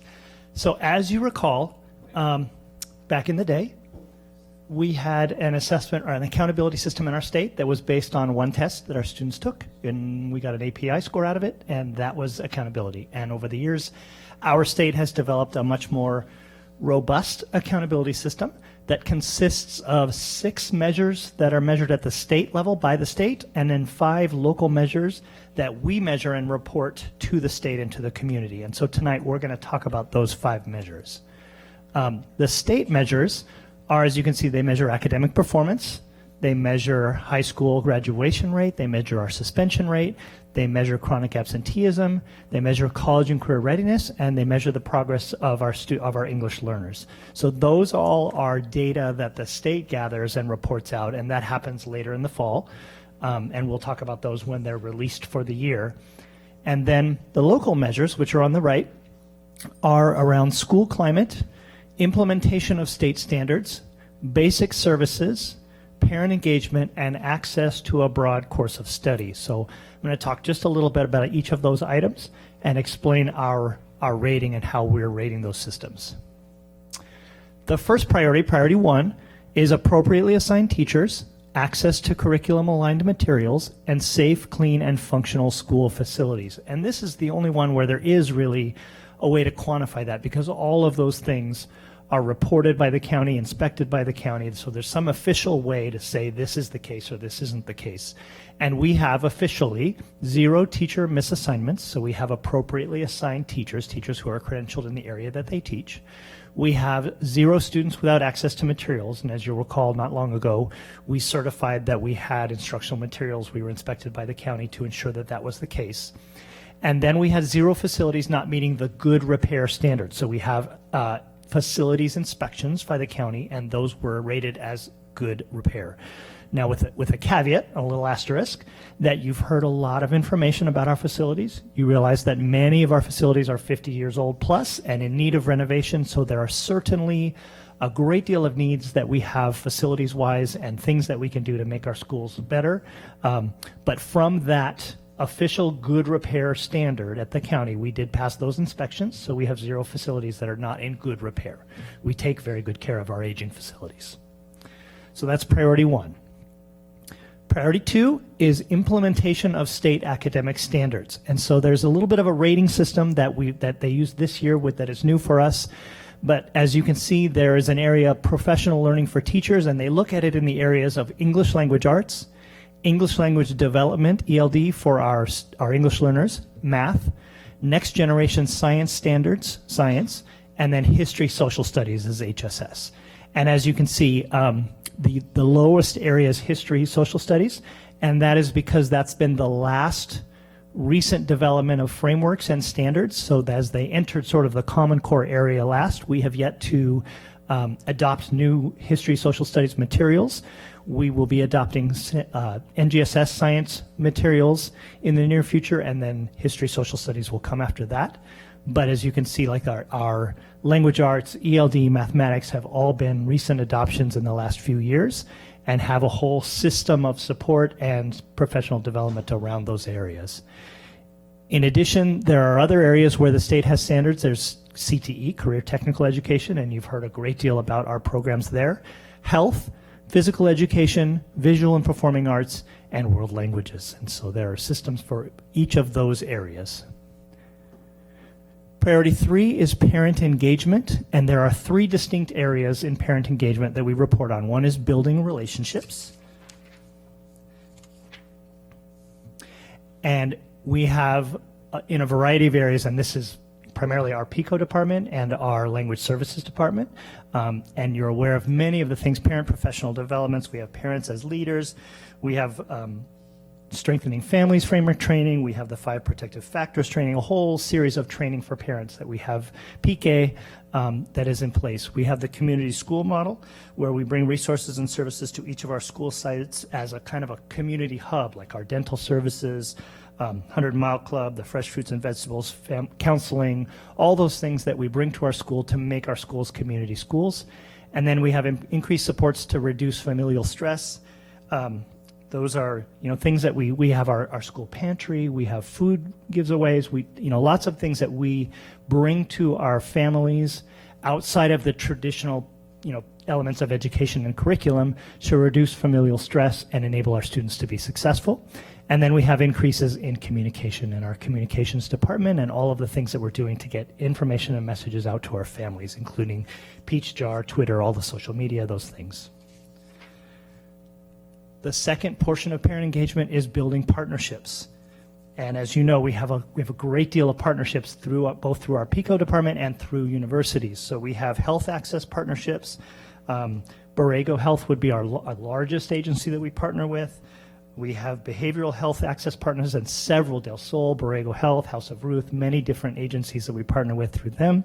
Parent and early childhood, using our home visitation program, our center programs for students that are 2 to 3, lots of different programs for early childhood and to help our parents who have young students.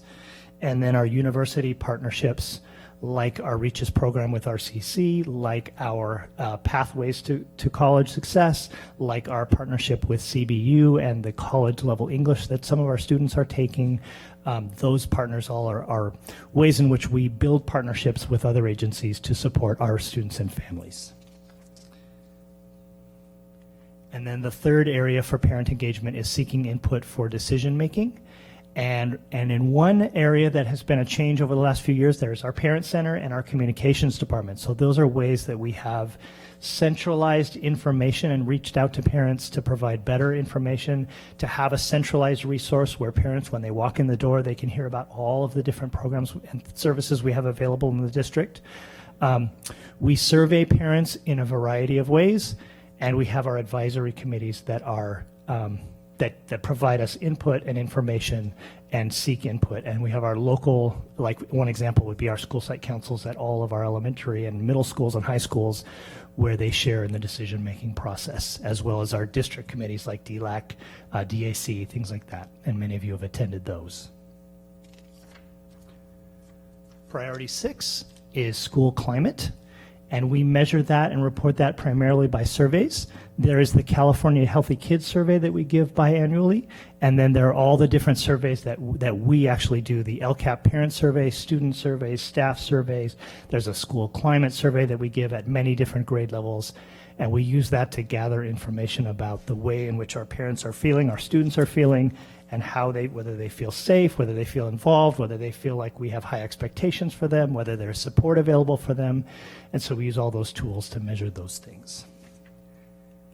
And then finally, the last priority, priority 7, is access to a broad course of study. And so at the elementary level, our elementary schools offer a wide range of subjects. We offer a wide range of support for students, whether it's students who are GATE and receive challenging materials, whether it's students who are in need of support, whether it's students who we are providing interventions and extra support, whether it's behavioral support, all of the different areas of support and the different types of curriculum, both during the school day and after school. And one example would be our Think Together program and the different activities that happen there. So we have a broad range of the course of study available at our elementary schools. And then at our secondary schools, it is the pathways and the courses and the things that are available to them. You're aware of all the different CTE pathways that we offer at our high schools, the different courses, whether it's A through G, whether it's first responder, whether it's a college partnership, all of the different options. And that has become so codified that when our students at the middle schools meet with high school staff, even their registration materials are formed in pathways. So, for example, when Patriot High School comes to Jurupa Middle and meets with the 8th graders, they show them all the different pathways, and as they begin to choose classes and make requests, they're based around the pathways and the areas of study that they're interested in taking advantage of. So those are the access to a broad course of study. Those are the 5 areas that we report. That information will be uploaded to the state after tonight. The requirement is that it be reported out to the board prior to being entered, and then when the dashboard is released for this year, it'll be a part of that, and that information will be made available to parents along with the 6 state reported priorities as well. So that's it for me. If you have any questions, I'd be happy to answer them. Thank you, Mr. Dabrowski. Mrs. Bradford? When I was reading the supporting materials about the California Healthy Kids Survey, my attention was attracted by how the response of students dropped off about how do you feel that there are caring adults around you. So I was wondering, do you think that's just because they become surly teenagers, and do you consider that kind of normal? I wouldn't probably have phrased it in that way, but yes, I think as students get older and become teenagers and become more prepared for the world of work and the world of college, they often report that they're a less caring relationship with adults that you might not see with our elementary students and even our middle school students. Yeah. That statistic didn't really surprise me given my personal experience, but I wanted to know if that was how you attribute the drop-off. It is, and I wouldn't want to say that it stops there. Certainly we, our schools, our principals, our directors, we're aware of this information and we work to try and improve it. We wouldn't just say, oh, it's just because they're high school, let's forget about it. But certainly there's an element of age there. But it wasn't that bad of a result, but it just reminded me of, parents get tired and there's more PTA involvement in elementary school than there is in high school, so it just seemed kind of like a logical segue. Okay, thank you. Thank you, Mr. Bradford. Anybody else? I just wanted to thank you, Mr. Dabrowski, and your team for this presentation, but also I want to make a couple comments. So priority 1, just to congratulate our Dr. Hansen and his team for being able to maintain our facilities for this long and be able to be able to maybe have a passing score here. And also parent involvement, parent engagement. We all know that parent involvement, community outreach department has done a phenomenal job in these areas, and so thank you to your team for that. So Will do. Okay, so we're on to 5C, Williams Settlement Quarterly Uniform Complaint Report Summary. Mr. Dabrowski. We had 0 complaints. Thank you. All right, 5D, School Facilities Program Report. Dr. Hanson. Thank you. Just before I start, I appreciate the kind words, but it's, we have an outstanding maintenance and operations department, men and women who work very hard to maintain our schools, and with the grounds, the custodial crew, our maintenance personnel. So I appreciate all the hard work that they do every day, and it's a reflection when we have the Williams inspections, a reflection of their hard work and dedication to the students of our districts. So, V, you got mine ready to roll? So just a brief update today on a couple of things. First of all, Assembly Bill 48. The governor signed this bill a couple weeks ago, about a week and a half ago. This places a school construction bond on the March 3rd, 2020 ballot. Any applications submitted to the state after September this year are subject to those provisions in this new bill, AB 48. It authorizes $15 billion of the money or construction and modernization of public education facilities. It's the largest construction bond in the state's history. It breaks down in the following ways. So there's $15 billion. Of those $15 billion, $9 billion is dedicated to TK-12 or pre-K-12, and that $9 billion is broken up into $2.8 billion for new construction, $5.2 billion for modernization, $500 million for career and technical education, and $500 million dedicated to charter schools. So what's important about obviously AB 48 is that these are dollars, if this bond passes in March, dollars that would be available to the school district as we continue our facilities program, only if we have local dollars to be able to access the state dollars. In other words, if we have a local bond here in our district, we would be eligible to access this $9 billion. So that's important to know, that just because the state passes a bond, we're not eligible for those dollars unless we have a local bond here to help. Do you want us to ask questions when you get done, or as you go along? What do you prefer? Well, I have a question. Okay. If we're going to put our bond issue on the March ballot, then we're encouraging them to vote for 2 bond issues at the same time. That's correct. We're asking the voters to support school facilities for the children of California. And so we need to make sure that passes, and then he determines that afterwards if the other one passes. So we have to encourage everybody to vote yes on both. Yes on school bonds. And then only those schools that pass a bond issue will reap benefits from that? Well, you have to have local dollars. So school districts that pursue a bond and pass a bond will be eligible to access these dollars. Okay. But we focus on our district and what we'll need. Thank you. Yep. There's a couple of changes to this program.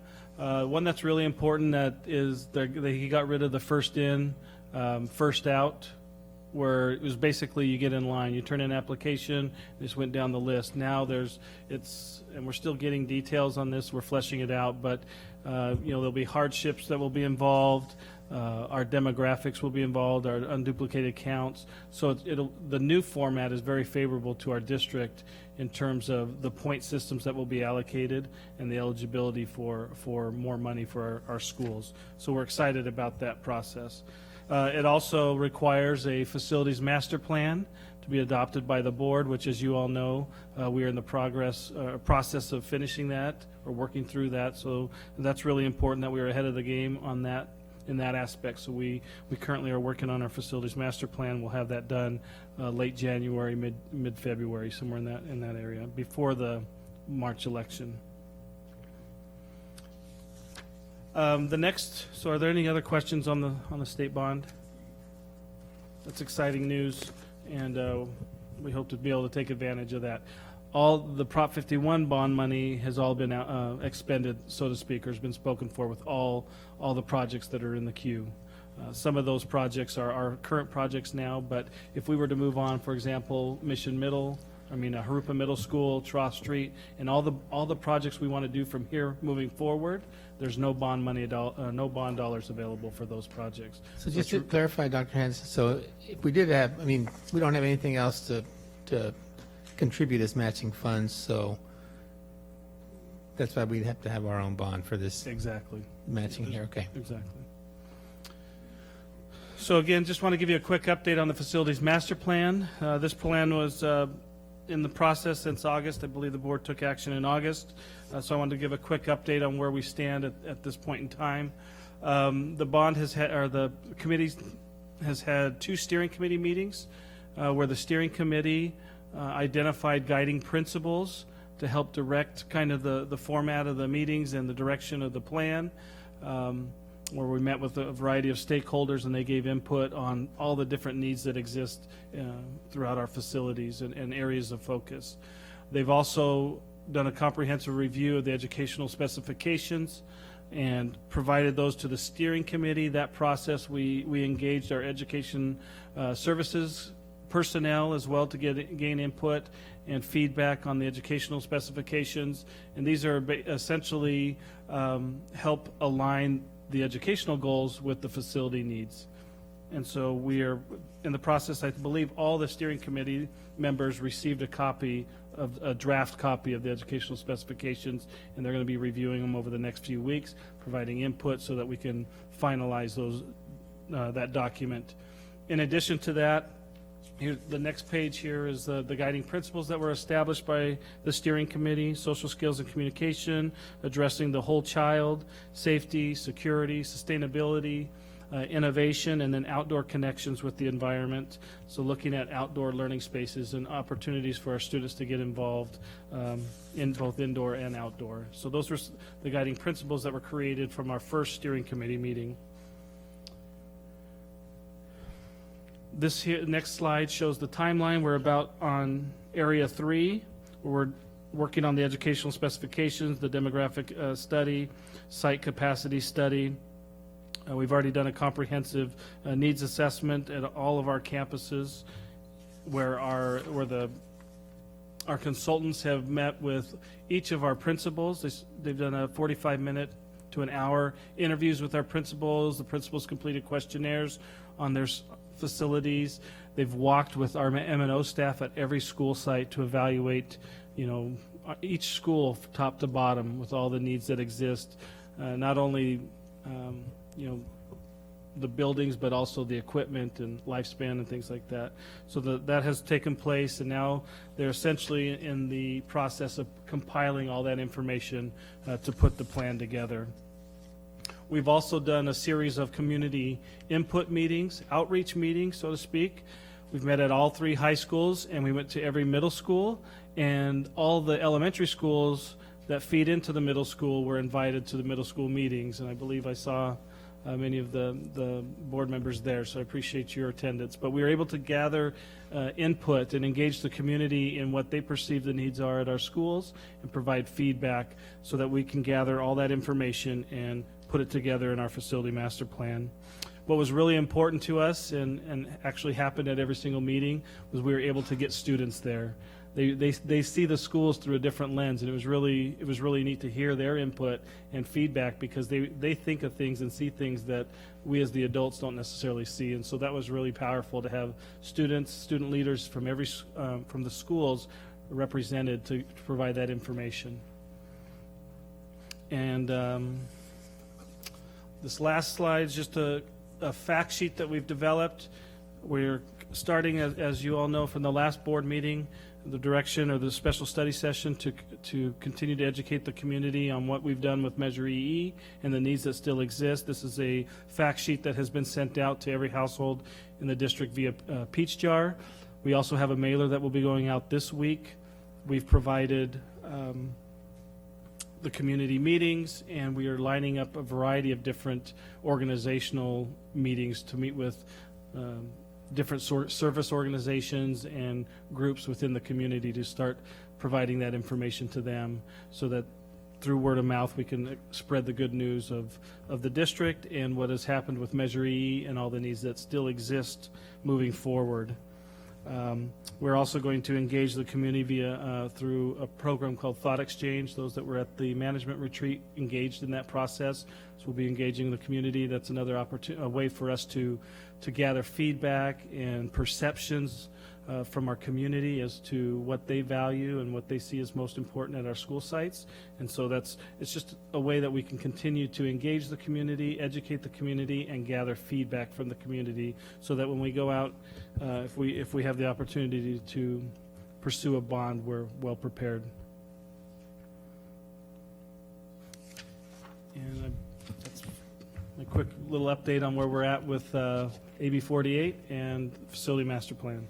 Thank you, Dr. Hansen. Any questions, comments? Mrs. Bradford. Dr. Hansen, Yes, ma'am. on gathering information through thought exchange, how are you going to get people to participate since it's based in digitally? Based in? Since it's digitally based. Well, we'll be putting out, so we put the thought exchange together, then we send it out to every household through Q Communications. So we have access to everybody's email and phone number, so they'll receive that through text and email, and then have the opportunity to do that. So, of course, on their end, it's up to them to participate, but we can get it out to every household. Every household or every student's household? Every household that we have in our student information system. So you won't be emailing anything to me in that case? I will CC you. Because I'm special, right? That's right. But I mean, for community members, Mhm. since they might think of things that, as you said, and what I saw the students coming up with as cool stuff to be included in the master plan. Right.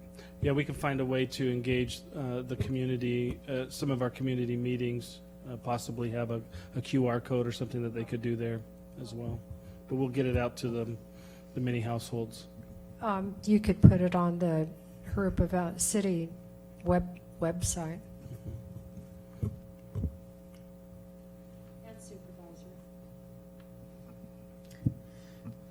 Well, we do have, I know there's interagency meetings that we do have, I think, right, Dr. Hansen? That's correct. I'll be presenting there, Yeah. and right, we put it on the horizon. So the only issue with Thought Exchange is that it's open for a window. So if there's other, we'll have to kind of time that because other departments use that as well. So if we're going to open up the window, we'll get it out to as many people as we can in that window. I just want to comment, I thought that your newsletter, that the Planning and Development newsletter that came out a couple of days ago was very good. I mean, it was fabulous. I don't say very good. It is fabulous. I really liked it because I liked what you showed that we had done in the district, where we're at on some of the things. But I also think that perhaps it's in some of the areas where we really want to show it that we might want to do some before and after type things, showing some. And I really like the sign that when we did the opening of Ein Arbuckle to display that, to have those, I don't know what they call them, but those triangular light Right. boards or whatever it is that show the things that we've accomplished. It really got the parents. I mean, I saw people looking at them and reviewing it, and if we could place those strategically somewhere where we want people to realize that that bond issue is going to help take this school and turn it into this. I just think that things like that we're reaching our parents, I think, okay, by doing that, but I think we need to reach people who don't have children in our school so that they know that this is where your money's going to go, that bond issue is not just to take a few bucks out of your pocket, but it's going to go to help this. I mean, this newsletter was just fabulous. I was really impressed with the pictures and what it showed. So thank you for doing such a great job, you and your staff. Ms. Ortega? Yeah, I had a brief comment too. Just wonderful, amazing, exciting stuff that's coming, and I thank you for sitting with me and really explaining. Again, it's education, I think, that we are lacking, and I think if we really get educated on how important, assembly, from what's happening locally, nationally, and you educated me on a lot of that stuff. So I wanted to say thank you. And yes, I agree. Beautiful newsletter, English, Spanish. You were, targeting a lot of our community that way. So awesome stuff. Thank you. Mrs. Regal, any comments, questions? I just want to say thank you, Dr. Hanson, and thank your team. I know it's a team effort, and looking forward to moving forward. So thank you. All right. 5E, other administrative reports and written communications. Mr. Deshawn. Yes. Are you going to do this? Or am I? What? Well, I was going to let you have the excitement, but I'm happy to. So, I am pleased and proud. Do you want to finish? Or okay. To let you know that again, and I say again because this has become a habit, and it doesn't happen with most districts, we will be awarded 2 Golden Bell Awards, one for district-wide AVID and the other for district-wide dual enrollment. And it's district-wide dual immersion. See, you should have done it. It is really exciting. And I know as a board you're starting to take this for granted, but it does not happen in every district every year. In fact, there are 1,000 districts, and probably about 850 of them each year don't get one. And I kind of think they work real hard not to give districts 2. Like it's, we Yeah, want to it's spread it rare for around. districts And to we were get just 2. so compelling that they had to give us 2 Golden Bells. It's really impressive. Ms. Ortega? Yeah, and I don't know why, but every year that we apply, I like send all the good vibes and say yes. And actually, in a conference, a California Latino conference, I met the board member that came and did all that, and he's like, yeah, I remember Jurupa, and you gave him the tour. So yeah, awesome stuff. Thank you. Well, thank you, and congratulations to the board, as well as the 2 programs, and will be recognized at the CSBA conference in December. Any other comments on that one?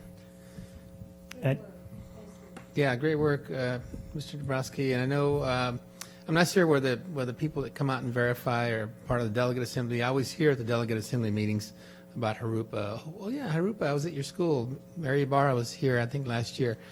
So I'm sure the board understands, but just to reiterate that it's not like we just have a great application and they actually come to the district and review the program and kind of verify that it's fantastic. So, And lest I forget, I just want to give a shout out to Mrs. Pace and Mrs. Gomez, who articulated all the great things that are happening and put it down in such a way that they couldn't help but give us the award. Yep, congratulations to them. So, all right, moving on. So we're on to item Roman numeral number 1. Hold public hearing on proposed formation of Community Facilities District number 19. Mrs. Ford. A requirement for establishing Community Facilities District number 19, which is on the agenda for tonight, is to hold a public hearing on the proposed formation, the proposed levy of special taxes, and all other matters discussed in the resolution of intention, which was adopted at the September 9th, 2019 board meeting. A copy of the public hearing notice is included in the backup materials. President Garcia, at this time, you may formally open the hearing. Thank you, Mrs. Ford. This is the time and place for the public hearing for the proposed formation of Community Facilities District number 19 of the Jurupa Unified School District, the CFD, including the proposed levy of special taxes and all other matters discussed in the resolution of intention adopted on September 9th, 2019. Notice of the public hearing has been duly published and posted in accordance with law. We will receive comments and questions and any written or oral protests from any interested parties. When all comments have been received, the hearing will be closed. Are there any public comments?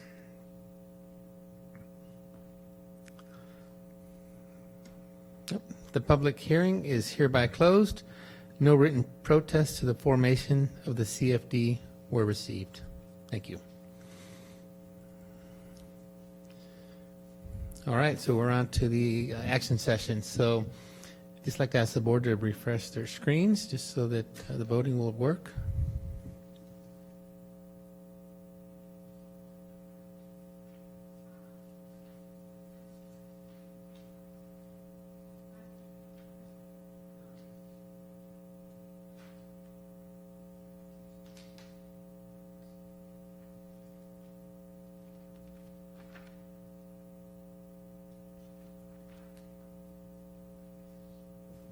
All right, we're on item A, approve and adopt routine action items by consent.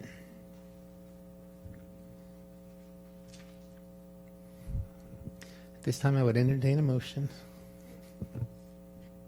So moved. Second. Motion by Mr. Ortega, second by Mrs. Chard. Okay, let's call for the vote, please.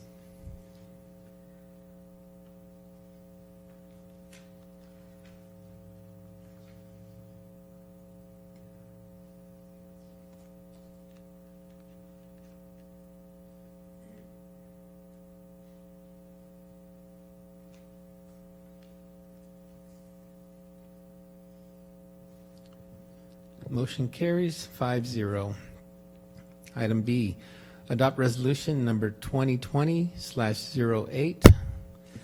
Resolution of the Board of Education of the Jurupa Unified School District approving and authorizing the execution of First Amendment to Fiscal Agent Agreement for its Community Facilities District number 6, Zone 2, Special Tax Bonds 2018, Series A. Mrs. Ford. CFD number 6 was formed in September of 2006. In November 2018, bonds were issued on Zone 2 of the CFD, which included the proposed development for 17 homes that are to be built across from Stone Avenue. The proceeds have been held in escrow to be distributed once a final map was recorded recorded to the city. Given the district's current level of mitigation fees and the builder's plan to construct units with smaller square footage than estimated at the time of the bond issuance, this amendment allows us to reduce the release of the escrow funds to the district by $71,778, and it increases the amount of escrow funds to Jurupa Community Services District by the same. By reducing the facilities obligation, the builder is able to move forward with the project. So we are recommending that the board adopt resolution number 2020/08. Move to approve. Motion by Mrs. Chard. Second. Second by Mrs. Regal. Any questions or comments? Okay, let's call for the vote, please.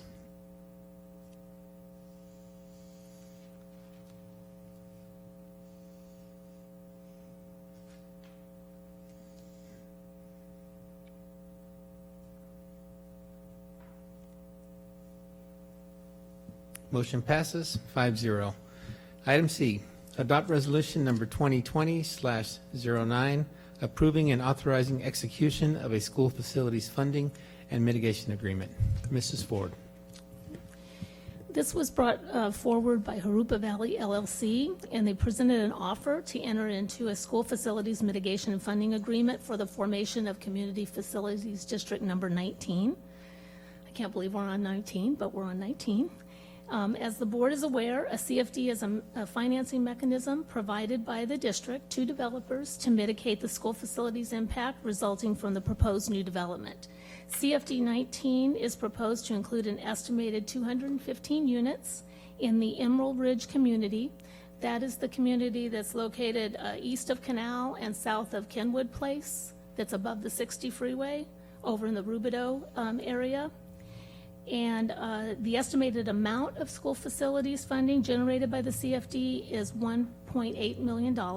Tonight, the board is being asked to adopt a resolution approving and authorizing execution of a school facilities funding and mitigation agreement. Thank you, Mrs. Ford. Move to approve. Motion by Mrs. Regal. Second. Second by Mrs. Chard. Any questions or comments?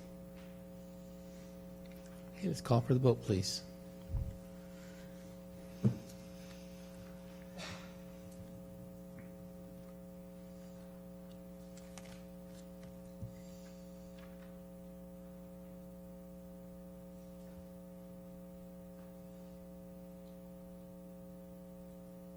Motion passes 5-0. Item D, adopt resolution number 2020/10, determining the validity of prior proceedings and establishing Community Facilities District number 19. Mrs. Ford. Okay, another step in this multi-step process is required for the formation of the CFD. The board is to consider adopting resolution number 2020/10, also known as the Resolution of Formation. to validate prior actions related to CFD number 19 and take the necessary actions to form the CFD. Copies of the resolution and Community Facilities District report has been included in the backup materials. Administration recommends the board adopt resolution number 2020/10. Motion by Ms. Ortega. Second. Second by Mrs. Regal. Any questions or comments? Okay, let's call for the vote, please.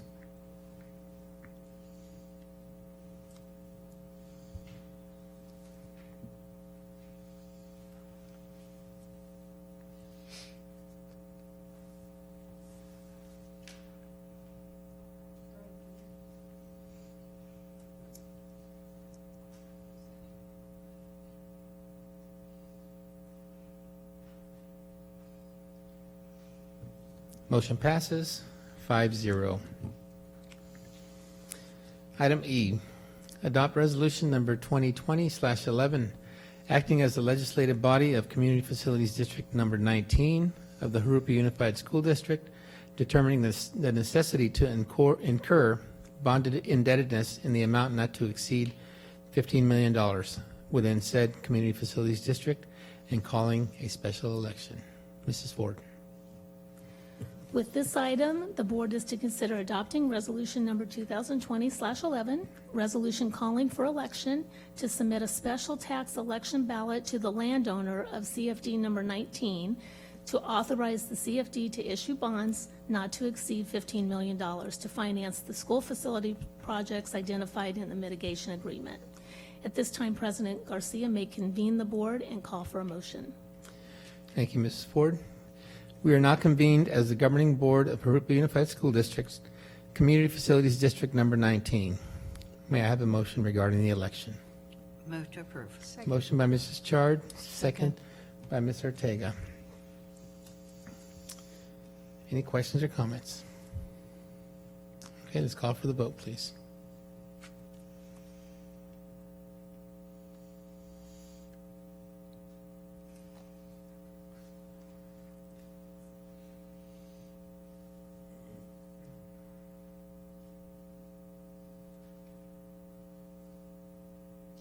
Motion passes 5-0. Item F, adopt resolution number 2020/12, acting as the legislative body of Community Facilities District number 19 of the Jurupa Unified School District, canvassing the results of the election held within said Community Facilities District. Mrs. Ford. Again, continuing with the formation process, the board is now to consider adopting resolution number 2020/12. This is the resolution canvassing election results to confirm a special election was held and to certify the total number of votes cast for forming CFD number 19. President Garcia may conduct the election. Thank you, Mrs. Ford. The board will now conduct an election of landowners on the question as to whether the district shall create CFD number 19 for the purchase of issuing bonds in an amount not to exceed $15 million, which amount may be issued to finance facilities within the CFD. The landowners have previously provided to this board a signed consent and waiver, under which the landowners agreed to waive the time limits and certain procedures required under the Mello-Roos Act. This permits the board to proceed directly with the election. The landowners have also provided to the board their signed ballots. Will the clerk of the board please open the ballots?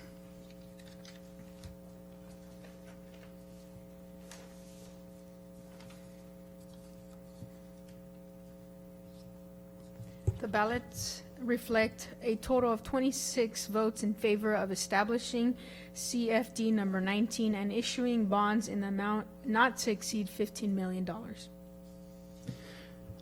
The clerk of the board will execute a canvass and statement of results of election to this effect. The board will now formally approve the final vote tallies. May I have a motion to adopt resolution? So moved. Motion by Ms. Ortega. Second. Second by Mrs. Chard. Any questions or comments? Okay, let's call for the vote, please.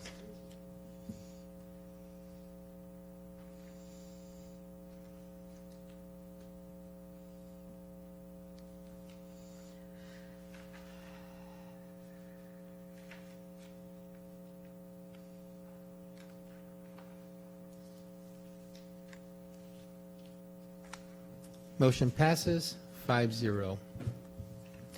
Item G, adopt resolution number 2020/13, approving and authorizing execution of joint community facility districts. Mrs. Ford. Another step in the formation process is to adopt resolution number 2020/13. This is to approve 2 joint community facilities agreements for CFD number 19 with the Rubidoux Community Services District and the Jurupa Area Recreation and Park District. Administration recommends the board adopt resolution number 2020/13. Thank you. Move to approve. Motion by Mrs. Chard, second by Ms. Ortega. Any questions or comments? Okay, let's call for the vote, please.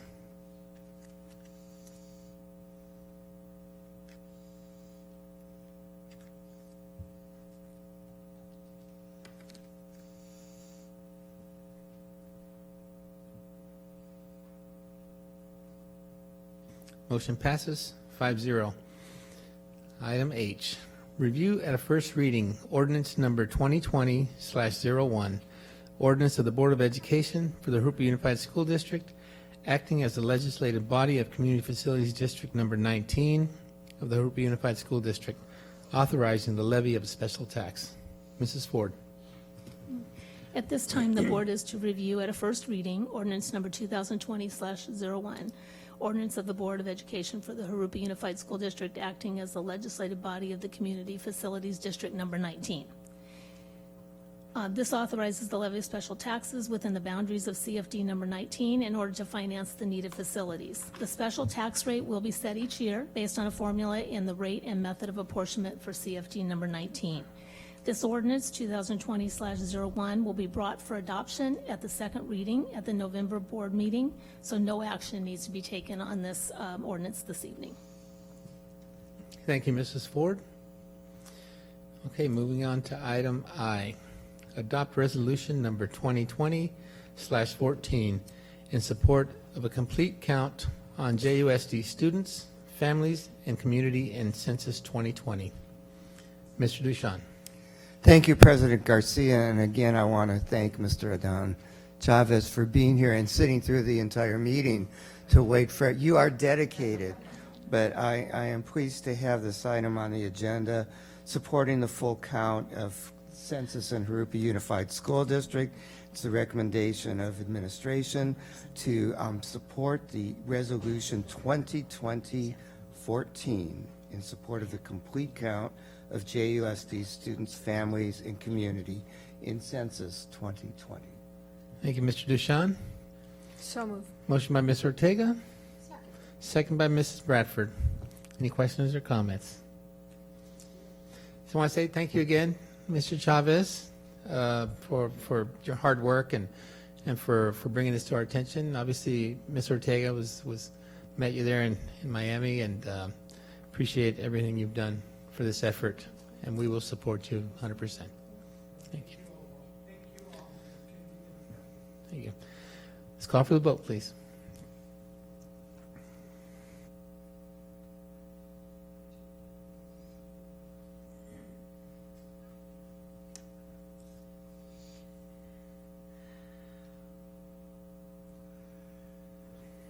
Motion passes 5-0.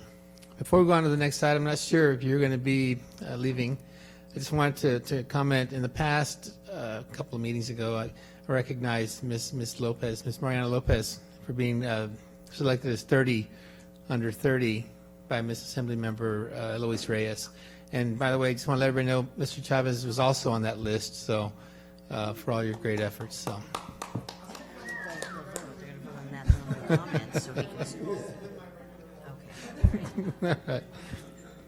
Thank you. All right, we're on to item J.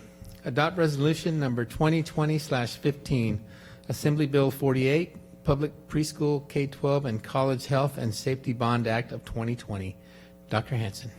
Yes, as part of AB 48, the school district must adopt a resolution in order for the district's facility needs to be partially funded by state funds and authorized by state bonds. So this evening, administration recommends the board adopt Resolution 2020/15, Assembly Bill 48, Public Preschool, K-12, and College Health and Safety Bond Act of 2020. Thank you.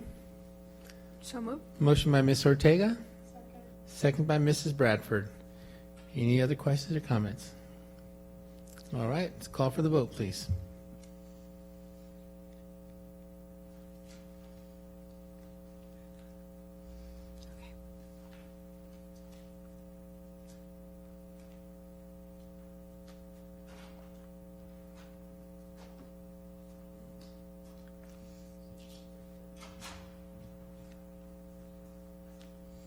She'll be back.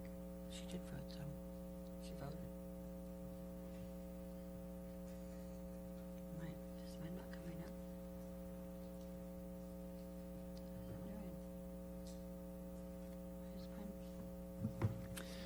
Motion passes 5-0.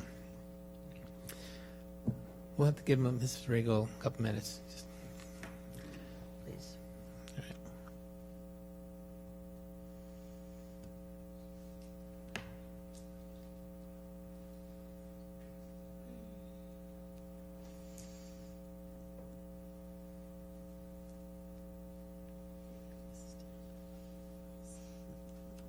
So I'm on those meetings tonight.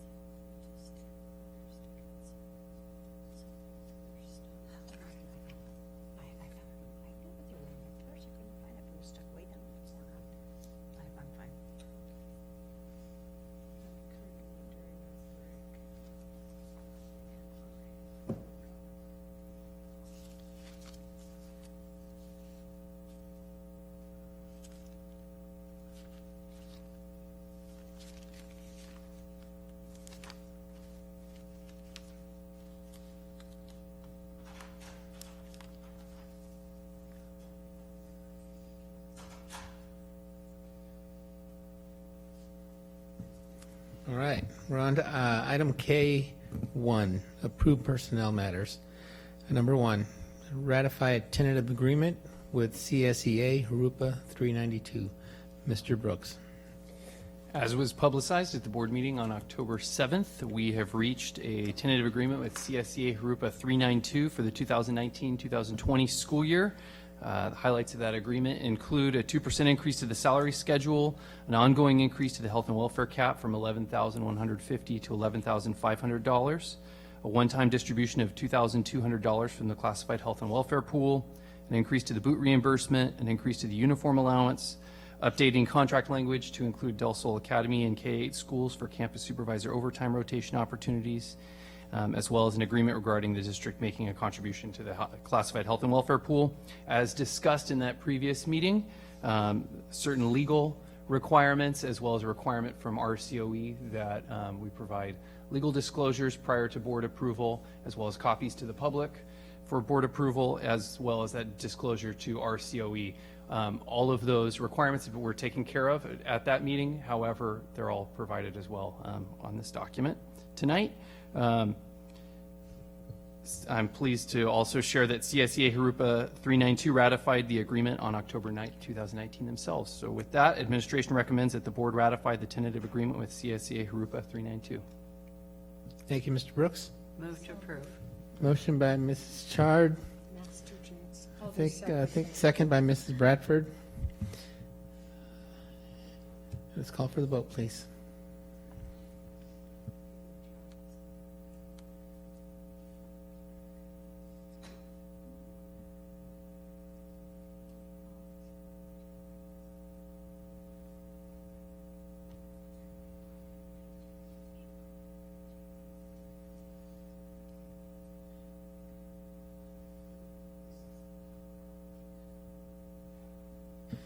Motion passes 5-0. Item K2, approve revised salary schedules for certificated administrators, classified management, and confidential employees. Mr. Brooks. Salary schedules for certificated administrators, classified management, and confidential employees are being revised to reflect the 2% salary increase for the 2019-2020 school year that was approved during the October 7th meeting. Administration recommends that the board approve these revised certificated administrative salary schedules, the classified management salary schedule, and the confidential salary schedule, all of which reflect the 2% increase for the 2019-2020 school year. Thank you. Thank you, Mr. Brooks. So moved. Motion by Ms. Ortega. Second. Second by Mrs. Regal. Let's call for the vote, please.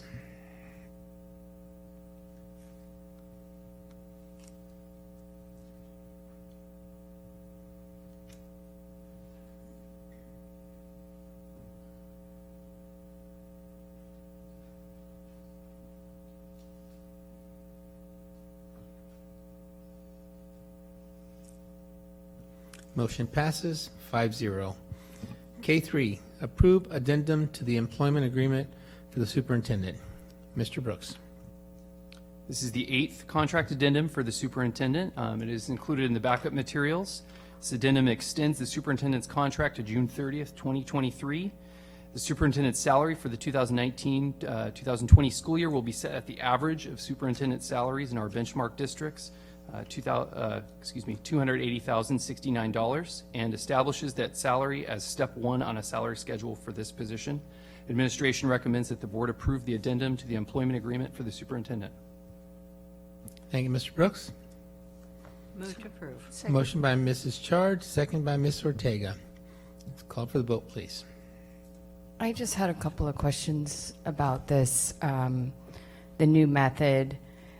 I mean, I appreciate that we're going to start going away from the benchmark, and I have no objection to continuing contracts, but I really can't see accepting the guaranteed raise. We don't do it for anybody else within the district, and I think that's going to send a really bad message across the board. And this has haunted me all weekend. We don't do it for our directors. We don't do it for our classified.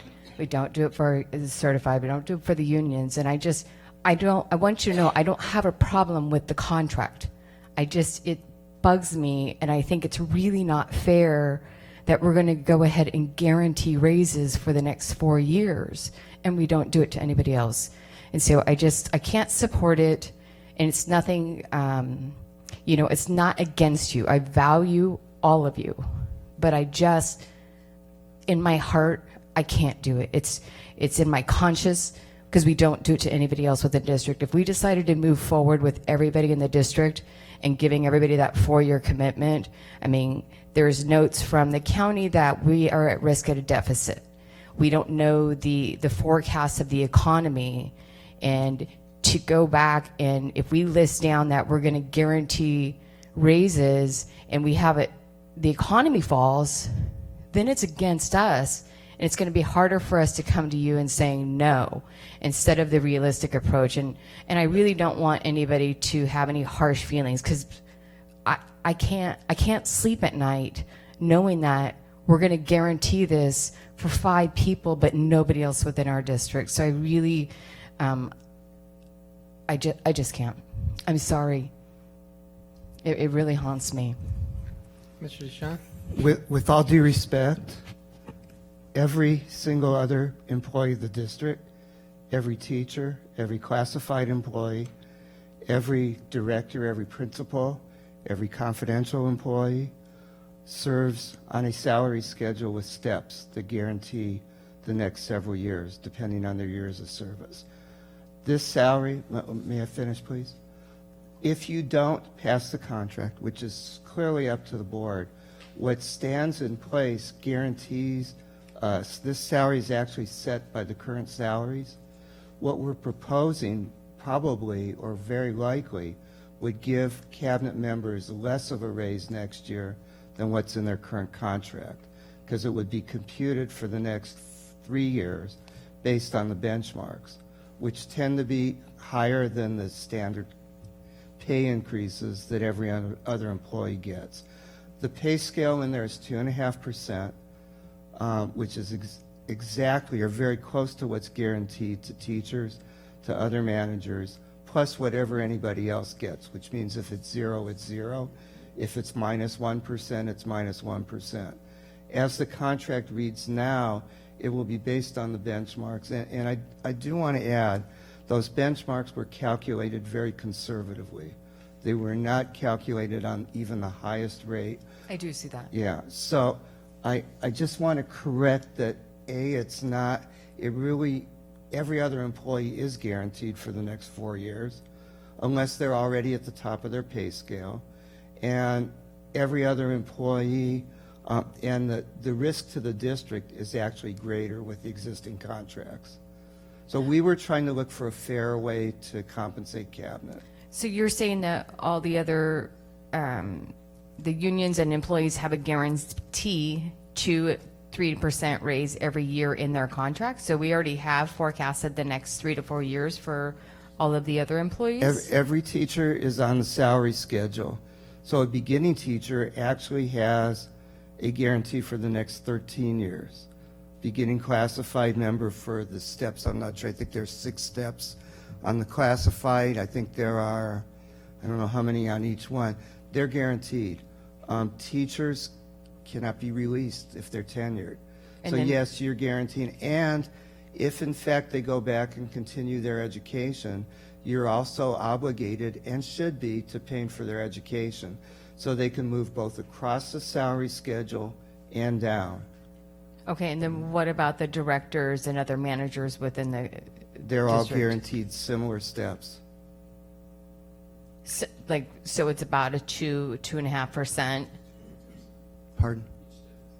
Yeah, we took that percentage from other management.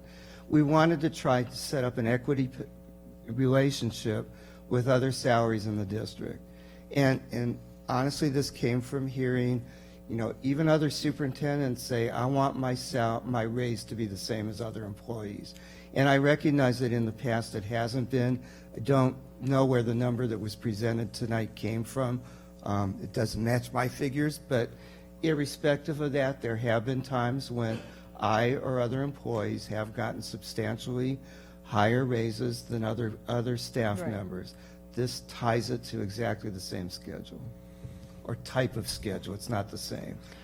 And it also, just as an aside, makes it much clearer to the public, and it also makes it much clearer to STRS and PERS, who have in the past told us how to print salaries and what salary schedules should look like. So I want to be completely transparent about it. If it stood the way it is right now, just take my salary, we would take the same benchmarks next year. It's not a matter of it's in the contract. And unless you were... I understand, and that's not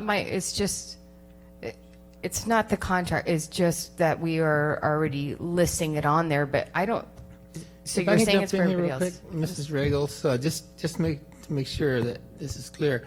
So this is an approval for a 4th year, they already have a 3-year. And also it's to help with that equity that Daniel mentioned earlier. Right now, if we, let's say we didn't approve this, it would be average salary of the 10 benchmark districts, which would probably be more than 2.5% over the next 3 years. So we'd be guaranteeing a higher salary over the next 3 years. This actually brings it back down to that 2.5%. Does that make sense? Okay, so it's sticking to the 2.5% instead of going to the benchmark, because the benchmark would be higher. Yeah. But then now, if we look, though, this year is going to be at 3.33%, and then the future years is a 2.5. Is that correct? This year for mine, the benchmark happened to fall at 3.3%. Okay, so you're still on the benchmark for this year. Right, all of them were calculated on the benchmarks for this year. Actually, cabinet is lower. That was a factor of just what the salaries were given.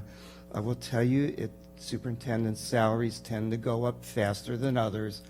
There are at least 2 in there that we don't believe have already gotten their July 1st raises. So it's probably going to go up before the end of the year if the contract isn't approved the other way. And I'm not trying to be disingenuous or deceptive. I believe this gives the district more protection. And I want to add in, the first group to take furlough days before anybody else was cabinet. They took 10 furlough days before anybody did. I can guarantee you, at least for myself, and I would certainly pressure cabinet, if we're ever in a circumstance, we would do that first. If we have to freeze other people's salaries, ours will be frozen. Okay. To confirm, so this year's a benchmark, and the next 3 remaining years will be a 2.5. Correct. And just one last thought, and maybe I mentioned this already, Mrs. Regal. So don't approve anything. Let's say we don't approve it, there's still a 3-year contract. I understand that. So That's this is not my adding the problem. addendum. I'm just, No, I know. It's the addendum for another year, and then it sets the salary scale, so. Okay, I have Mrs. a Chard? question then. Aren't we, when we do contracts with the bargaining units, when we set this year was not, that was just a renegotiation of the salaries. It's not a new contract. So we're, in this case, we're doing a new contract or just adding another year to the contract, right? It's very similar to our bargaining units. Okay. They actually go on a 3-year contract. We renegotiate the entire contract, but we don't rewrite it every 3 years. But in those 3 years, if we did if we negotiated a 3-year contract, they would be guaranteed a 2% raise every year. Am I correct? I doubt, Plus yes. their step. I doubt that we are ever going to, well, in fact, it's a bad bargaining position to negotiate regressively with any association.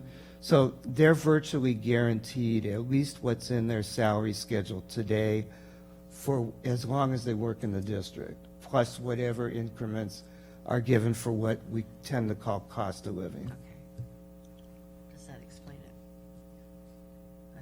I was trying to ask another question to see if that would explain it better for her. Yeah. Okay. So we called for the vote, so. Vote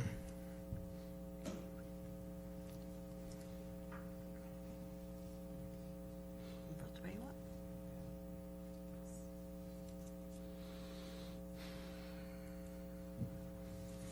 Motion carries 4-1-0. All right, so we're on to item K4. Approve addendum to the employment agreement for the Assistant Superintendent of Business Services. Mr. Brooks. This is the 6th contract addendum for the Assistant Superintendent of Business Services, and it is included in the backup materials. This addendum extends the Assistant Superintendent's contract to June 30th, 2023. The Assistant Superintendent's salary for the 2019-2020 school year will be set at the average of Assistant Superintendent salaries in our benchmark districts. That's $197,160, and establishes that salary as step 1 on a salary schedule for this position. The addendum also includes a provision for the payment of dues to the Association of School Business Officials International. Thank you. Thank you, Mr. Brooks. Move to approve. Motion by Mrs. Chard, Second. second by Ms. Ortega. Please call. Mrs. Bradford. Mrs. Bradford was also having a very difficult weekend after reading these, and the comments I have are for the public. I want you to know how much agony we go through sometimes as board members, and the thoughts of the people we work with, and my comments refer to the rest of the motions we're going to make regarding the cabinet, that it weighs very heavily upon my trust imbued in me by the people I represent of how can we give these people an increase when we're going to be asking for a bond issue. So I decided to do my own research, and I looked around at our benchmark districts and some other districts, and I was surprised to find that on a student-for-student basis that our cabinet is in line or less than some of the districts I researched. And in one, I found that 4 people are doing the job of one of our cabinet members. So after finding that out for myself independently and talking with Mr. Brooks about their current contracts, I decided, and I really was going to vote against this originally, but after doing my own research, I decided that this is something that we should honor and that I would support it. And so it brings me a lot of relief to be able to say that to you, that I want you to know we do put an awful lot of thought into these things, because I don't want to get cornered in the vegetable section at Staters saying, why did you vote for this when you could have saved money? And I think that the way we're handling it now is a way of saving money, and I felt that the previous benchmark version was sort of a good old boys network, so I'm glad to see we're getting away from that, and thank you. Thank you, Ms. Bradford. I agree. I mean, going away from the benchmark is a big relief, and like I said earlier, it's not anything directly. I don't have a problem with the contract. That's not my problem. It's putting something, you've explained it. It's still taking a little lot to process. I mean, it was brutally, it was haunting me this weekend, and that's just the way I perceived it. It's still a little tough to swallow. I mean, you guys do a lot of work, and as Karen said, you guys do some of your work other districts 4 people do, and the value is there, and I greatly appreciate everything you guys do. Maybe if it was written different, something. It just the way it looks, it's in our face, and it looks, don't take it the wrong way. It just seems self-serving, and that's how I absorbed it. Like, wait, why are we giving, higher raises, and then everybody across the board was getting 2%? That's just how I interpreted this. I mean, I've been sent an email asking this morning, but I really, truly value all of you. Well, I was just going to say that I agree with both Ms. Rego and Mrs. Bradford as far as, our team here does a lot, and we're going to pick on Mrs. Ford because this is her item. But I know folks in Corona Norco, they probably have several layers that do the job that she does on her own. And so, we on the board here, we make tough decisions when it comes to these contracts. And put a lot of thought into it, as you can tell. People have. And we need good people in Jurupa. And I think it's completely fair. I think it's completely fair. Personally, the benchmarking method is fair because companies out there, that's what they do. They benchmark. That's how they know, and they pay their people. Otherwise, their people are going to leave. And so I think we have a great team here in Jurupa. Not just these four, everybody else in the room. And we need good people. We need good people that are fully vested in our district here. And there are districts, and not pick on any other ones, I won't pick on any other district, but there are districts that are seriously in financial trouble because of the turnover they've had at the executive level, which is what these folks are at. So that's my piece that I'm going to say. And did you have anything to add, Mr. Deschamps? Yeah, I want you to know a couple of things. First of all, these 4 cabinet members are the best I know in the positions they hold, not only in the county and the state. I would not trade any one of them for more money, less money, or any other money. I don't believe they're running to other districts, but I don't believe any of those positions could be filled with any better a person. They're all young, they work hard, they dedicate themselves to the district, and I think it's fair that they have competitive salaries. We had many discussions about this in cabinet, and I'm going to be maybe even a little more transparent than what I need to be. We all recognize that we were probably giving up money next year. My salary, as you know, was higher than theirs. Their benchmark happened to come out lower this year. We did not take into account compensation that was not on a pay scale. There are several positions similar to theirs and mine where up to $50,000 in compensation, not benefits, not health insurance, not life insurance, is paid to the person. So they may have a salary of X, but they have extra compensation equal to 1/5, 1/10, or in one case, more than X.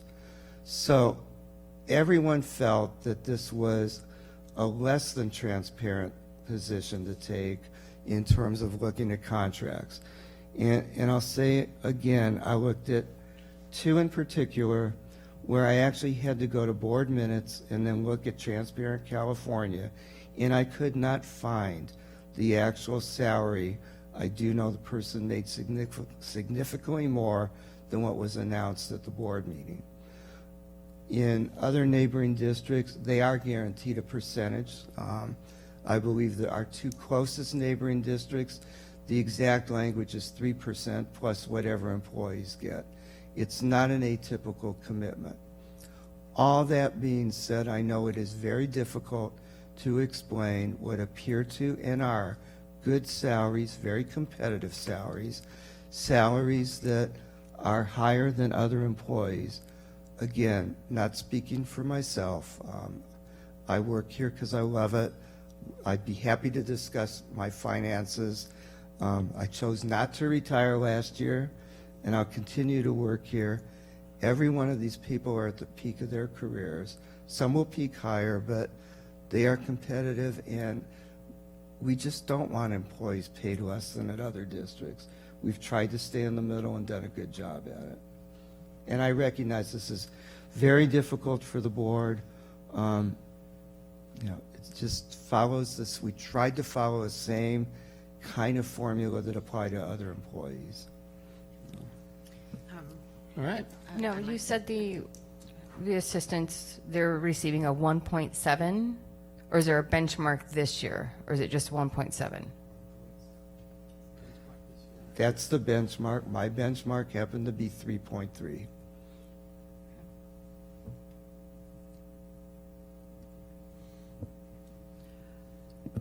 Also, if I'm correct, we do not redo these contracts every year. We do not adjust and recalculate the salaries for the administrator, the cabinet, as we do with the employees, the classified and certificated. And in the capacity that they are in, overseeing as many people, they're overseeing the students, the employees that oversee the students. They're overseeing, planning, preparing the plan for the school district and how it should go. And to me, they are worthy of being assured the jobs that the salary that they're going to get. We are assured that we're going to have the same people continue to do the best jobs that they're doing in our district right now. They have done a great job. They have put us on the map, along with the teachers, by hiring the best teachers that we can get, by the best classified. They're the people that are putting us where we are at by making the best choices. And to me, I don't feel that constricting their salary to just 1 year is something that should prevent us from passing this. I think they are well worth it. And every year, if we feel that they're not doing their job, all we have to do is fire them or call them back in and say, either ship up or shape out, or whatever it is, shape up or ship out. I do not feel that this is something that is going to injure us because we have a person who watches the finances, and if we are going to be in trouble, we're going to know about it. She's going to tell us. They're going to tell us. He's going to tell us. And so I don't think that this is something that for the next 4 years, I don't think it's something that we should need to be as worried about, because every year we have to redo the budget. We have to make that decision. So I don't know, maybe I'm not talking in the same terms that you're talking. That's my feelings. Thank you, Mr. Chard. We called for the vote, so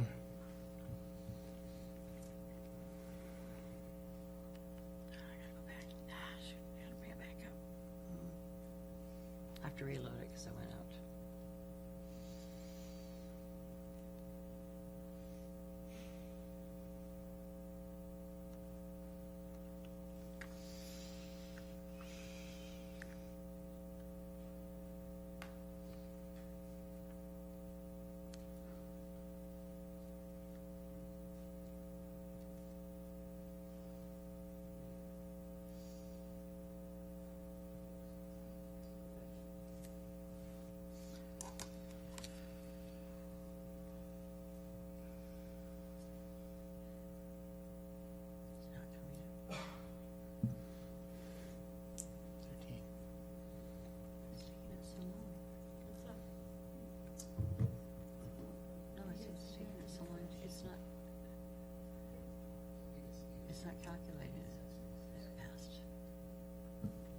motion passed, 5-0.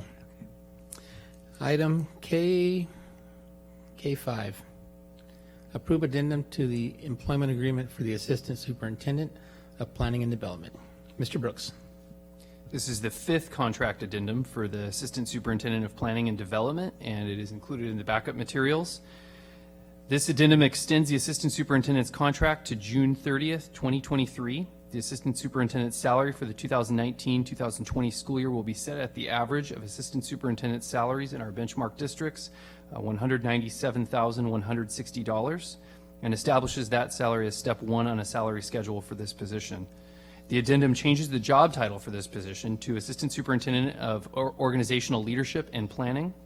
The addendum also includes a provision for the payment of dues to the California Association of Latino Superintendents and Administrators. Administration recommends that the board approve the addendum to the employment agreement of the Assistant Superintendent of Planning and Development, who upon board action will be referred to as the Assistant Superintendent of Organizational Leadership and Planning. Thank you, Mr. Brooks. So moved. Motion by Mrs. Bradford. Second. Second by Ms. Ortega. Let's call for the vote, please.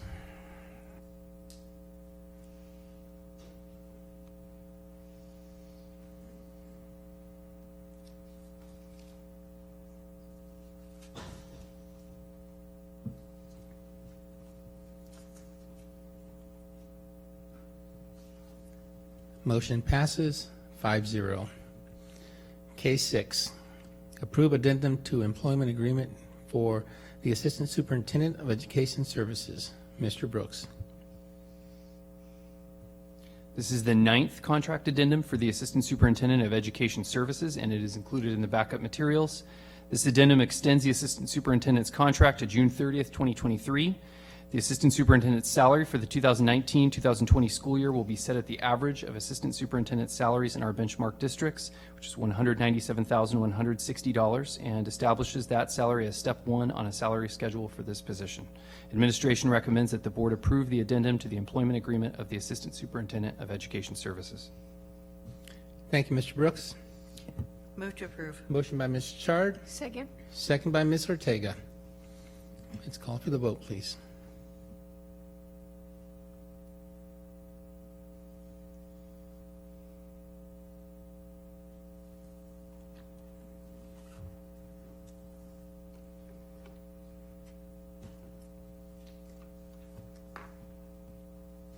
Motion passes 5-0.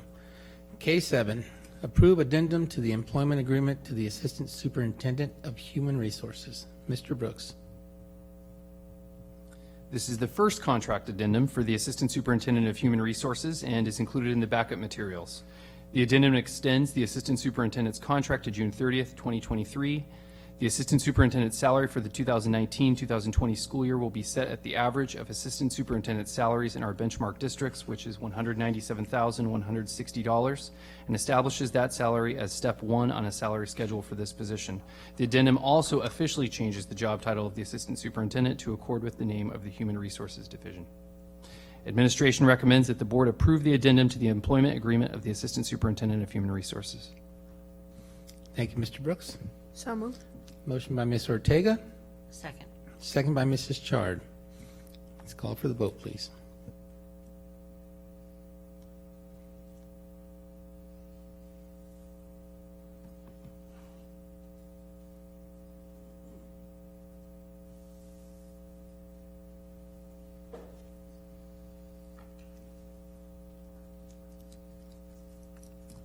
Motion passes 5-0.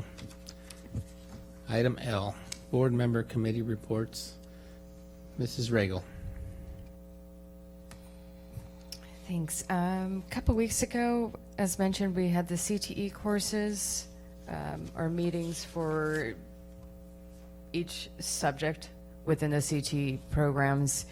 Attended the Facilities Master Plan, gone over that. That was a massive report. How many pages was that, Dr. Hansen? It was a lot. I mean, it took her the full hour, or no, 2.5 hours to go over the entire report. Sorry I had to bail out. I had another commitment. This Friday, we were confirmed to attend the Brown Act course. Look forward to taking that. The 28th, we have the fall Riverside County, San Bernardino County school board meetings. That's a Joint meeting. it's a fall meeting. Yep. Oh yeah, I have that one. And then also the 29th, Dr. Farouk, he's the president of the Riverside Unified School District. He's being sworn in as the chair of the California Workforce Development Board. So I'm looking forward to attending that next week. But that's all I have right now.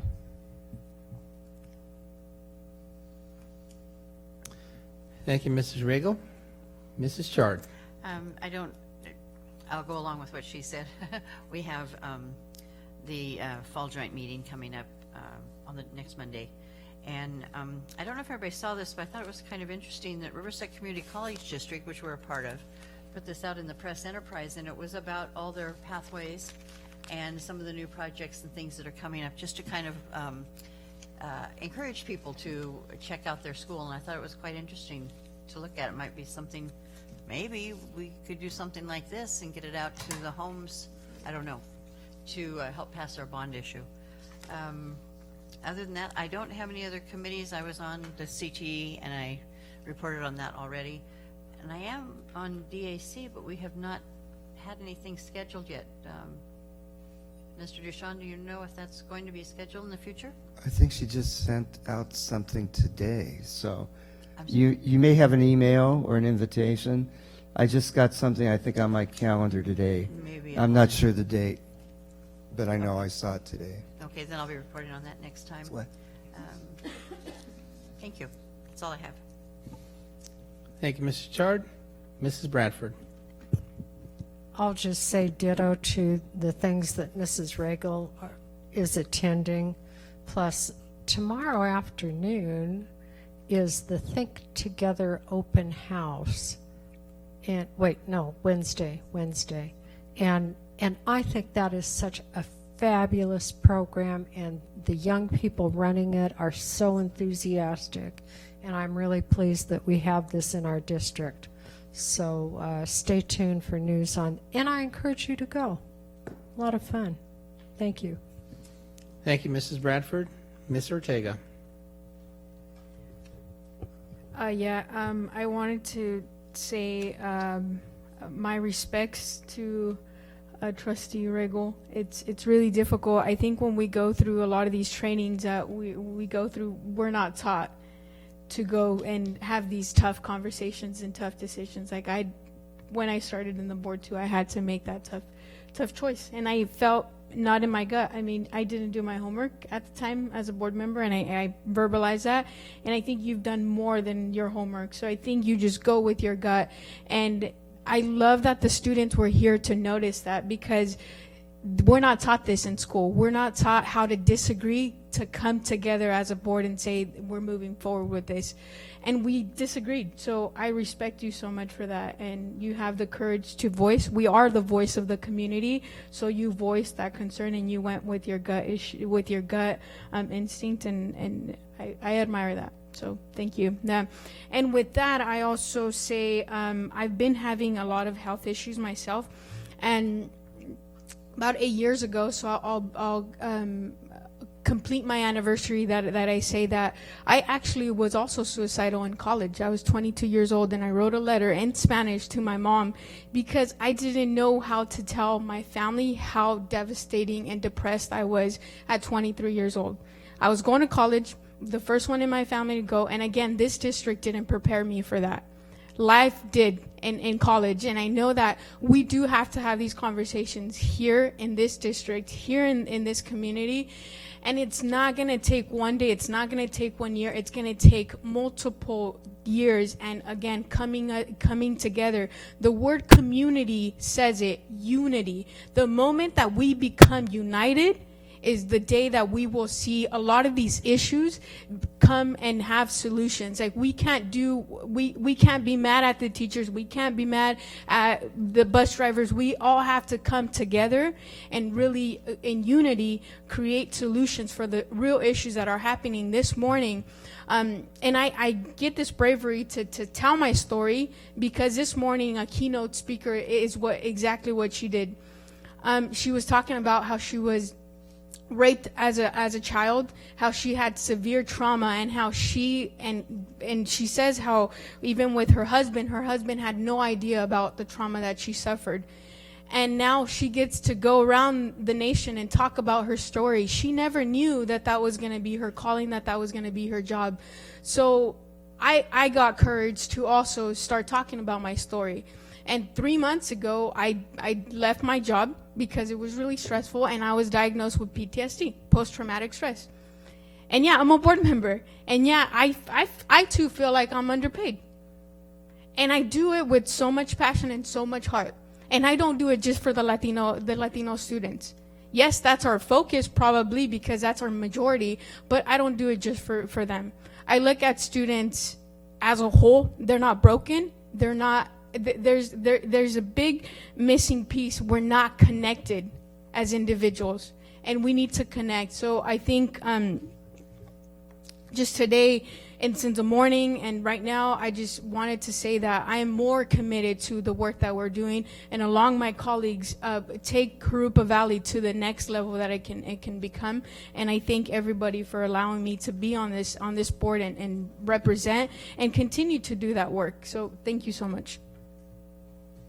Thank you, Ms. Ortega. And I agree with all the messages here, and especially your message, Ms. Ortega. First of all, for being able to share those experiences. I know I couldn't do that. Be really completely open unless it's with someone trusted. And I commend you for that, and I think it's really great for students to hear that and community members. And I just want to say, I got 4 women up here that I serve with, and I think I disagree with each and every one of them on one issue or the other. I know I have. And so respect you all for your decisions that you make up here, and just happy that we all serve with unity. I mean, we have discussions, we have disagreements, but we do it, what's the word I'm looking for?